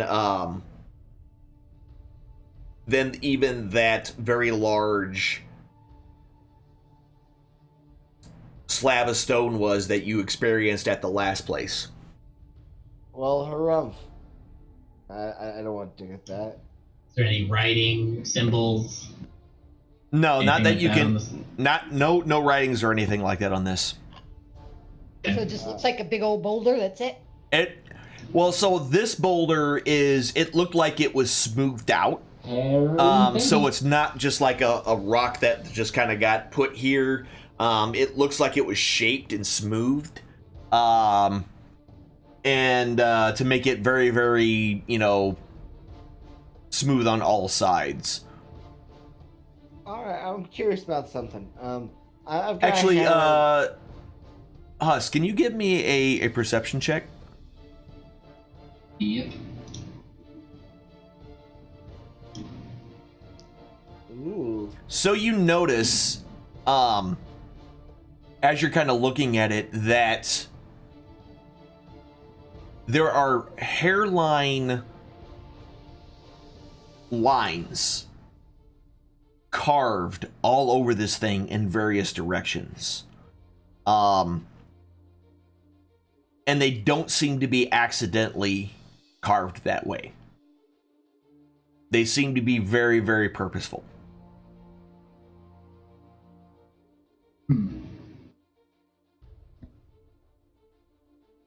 There's some weird lines on this.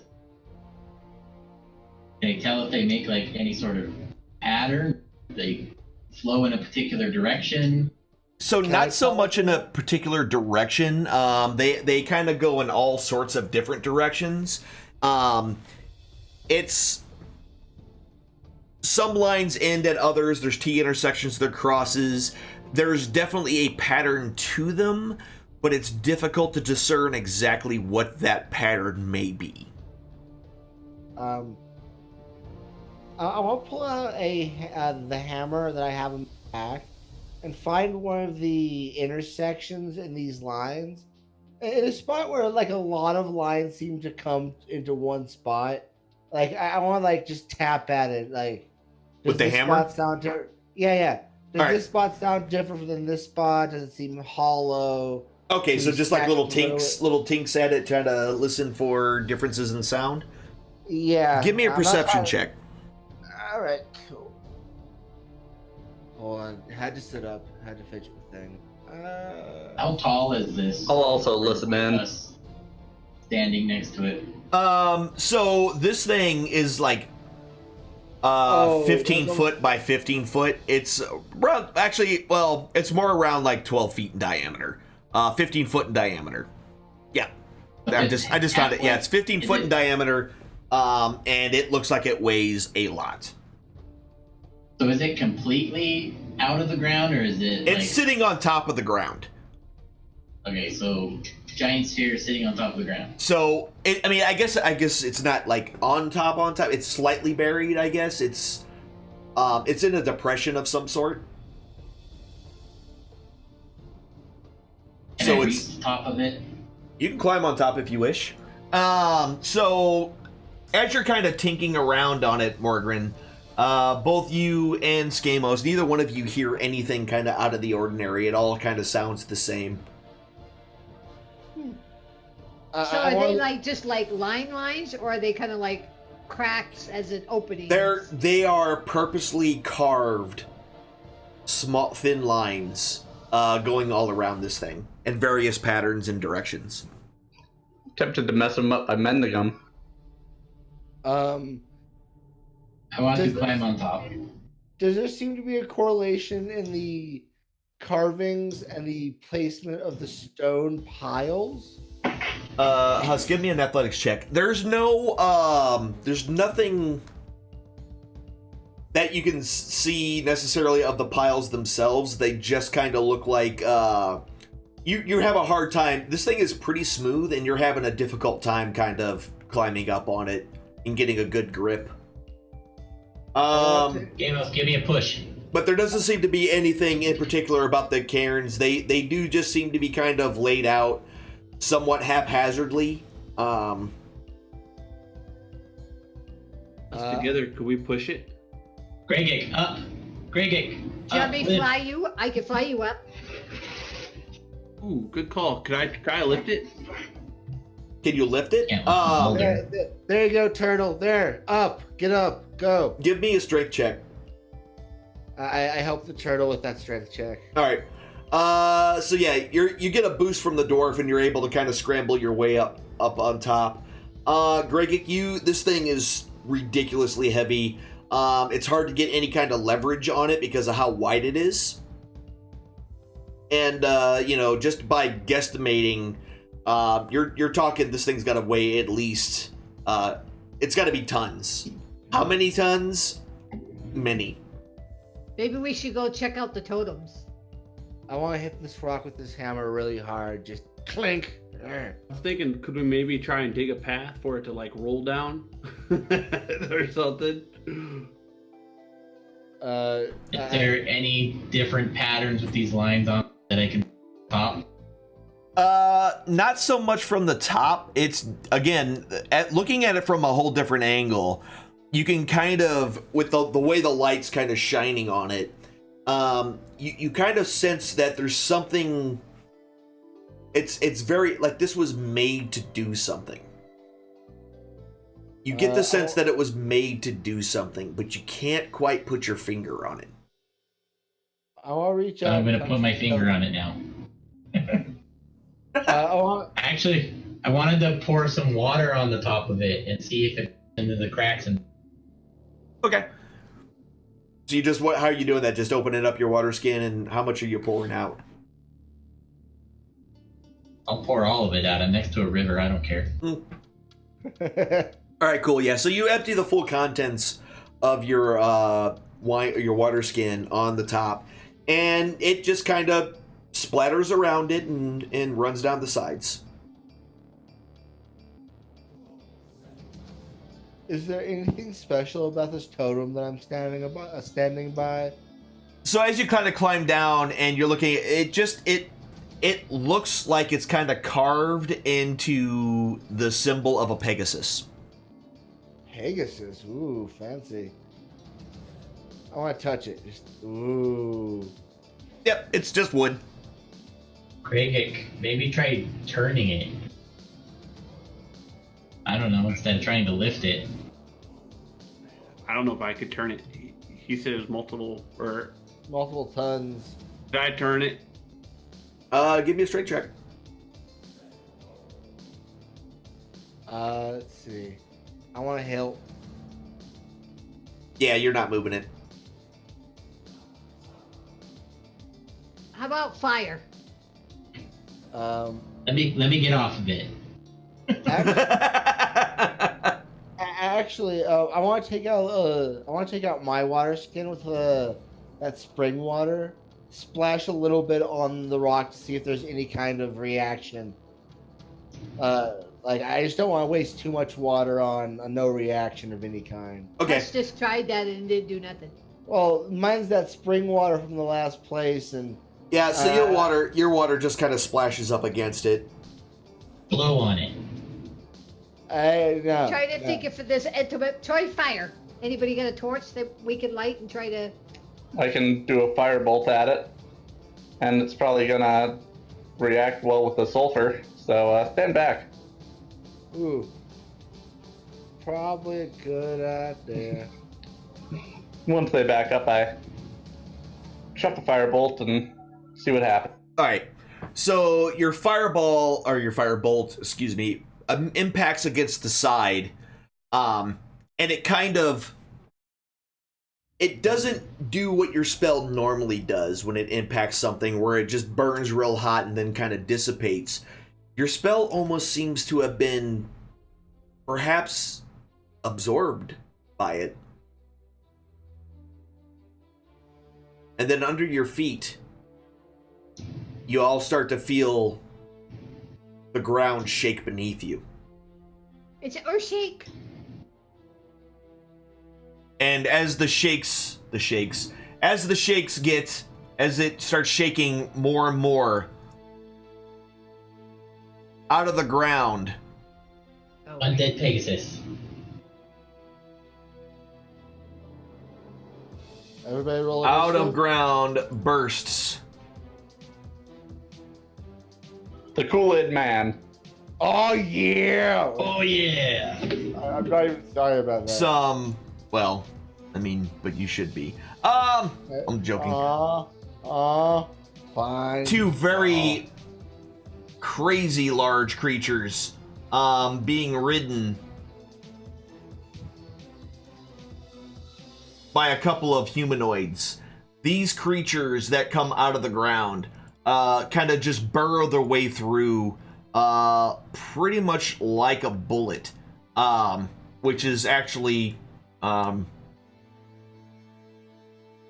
they have very hard looking skin and large claws on the front. And again, they are being ridden by a couple of creatures. Gnarly. So why can't it just be fluffy puppies? Because fluffy puppies aren't fun and dangerous to kill. That's why. I don't know. If I they're don't chihuahuas, know. they could be.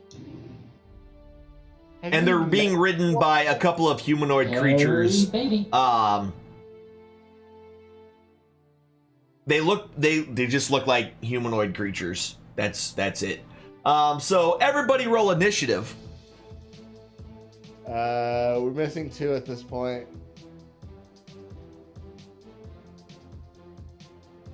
There we go. And that's where we're going to end it for the day. Cliffhanger. See how it is. Go. So yeah, guys, you found something. You found you got a new relic. You messed around with a big boulder, and suddenly now you got to deal with these little guys in the ground that burst their way forward. So guys, I appreciate y'all being here. Players, great job tonight. Good job figuring out the things. It's one of my more favorite parts is seeing you guys figure out using the things that you have available to you, and how you did it. And I'm just like, oh yeah, you turned into a badger. That I wouldn't have thought of that. So it's those little things that I'm just like, yeah, that was cool. So appreciate y'all being here, guys. Everyone who came to watch, thank you very much for being here. At the end of every single one of my streams, I like to do a bonus roll, Divine Favor. Little thing. Why are you in the box? Why are you in? Get out! Get out of the box! Delicious murder. Gopher was sleeping in the box, guys. Tonight, our bonus roll Divine Favor is a 2. That's lovely. But that means everybody you get some free Divine Favor. I'm sorry, it happens. The We dice missed tonight probably because you were rolling kind of bad, dude. Yeah, maybe that was it. But the dice say what the dice say. It's not my fault. But guys, thank you very much for being here tonight. We will be back on Sunday for more Assassin's Creed Odyssey. In the meantime, guys, be good to yourselves, be good to each other. Remember, you only have one life to live. So does everyone else around you. Try to leave their lives a little bit better than what it was when you got there. I will see you on Sunday. Have a great night. And I've been sitting on D20s all night just for the hell of it.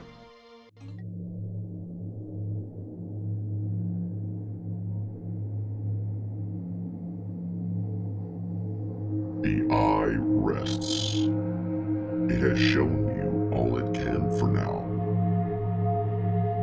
This is not a time for sorrow, but a time for joy.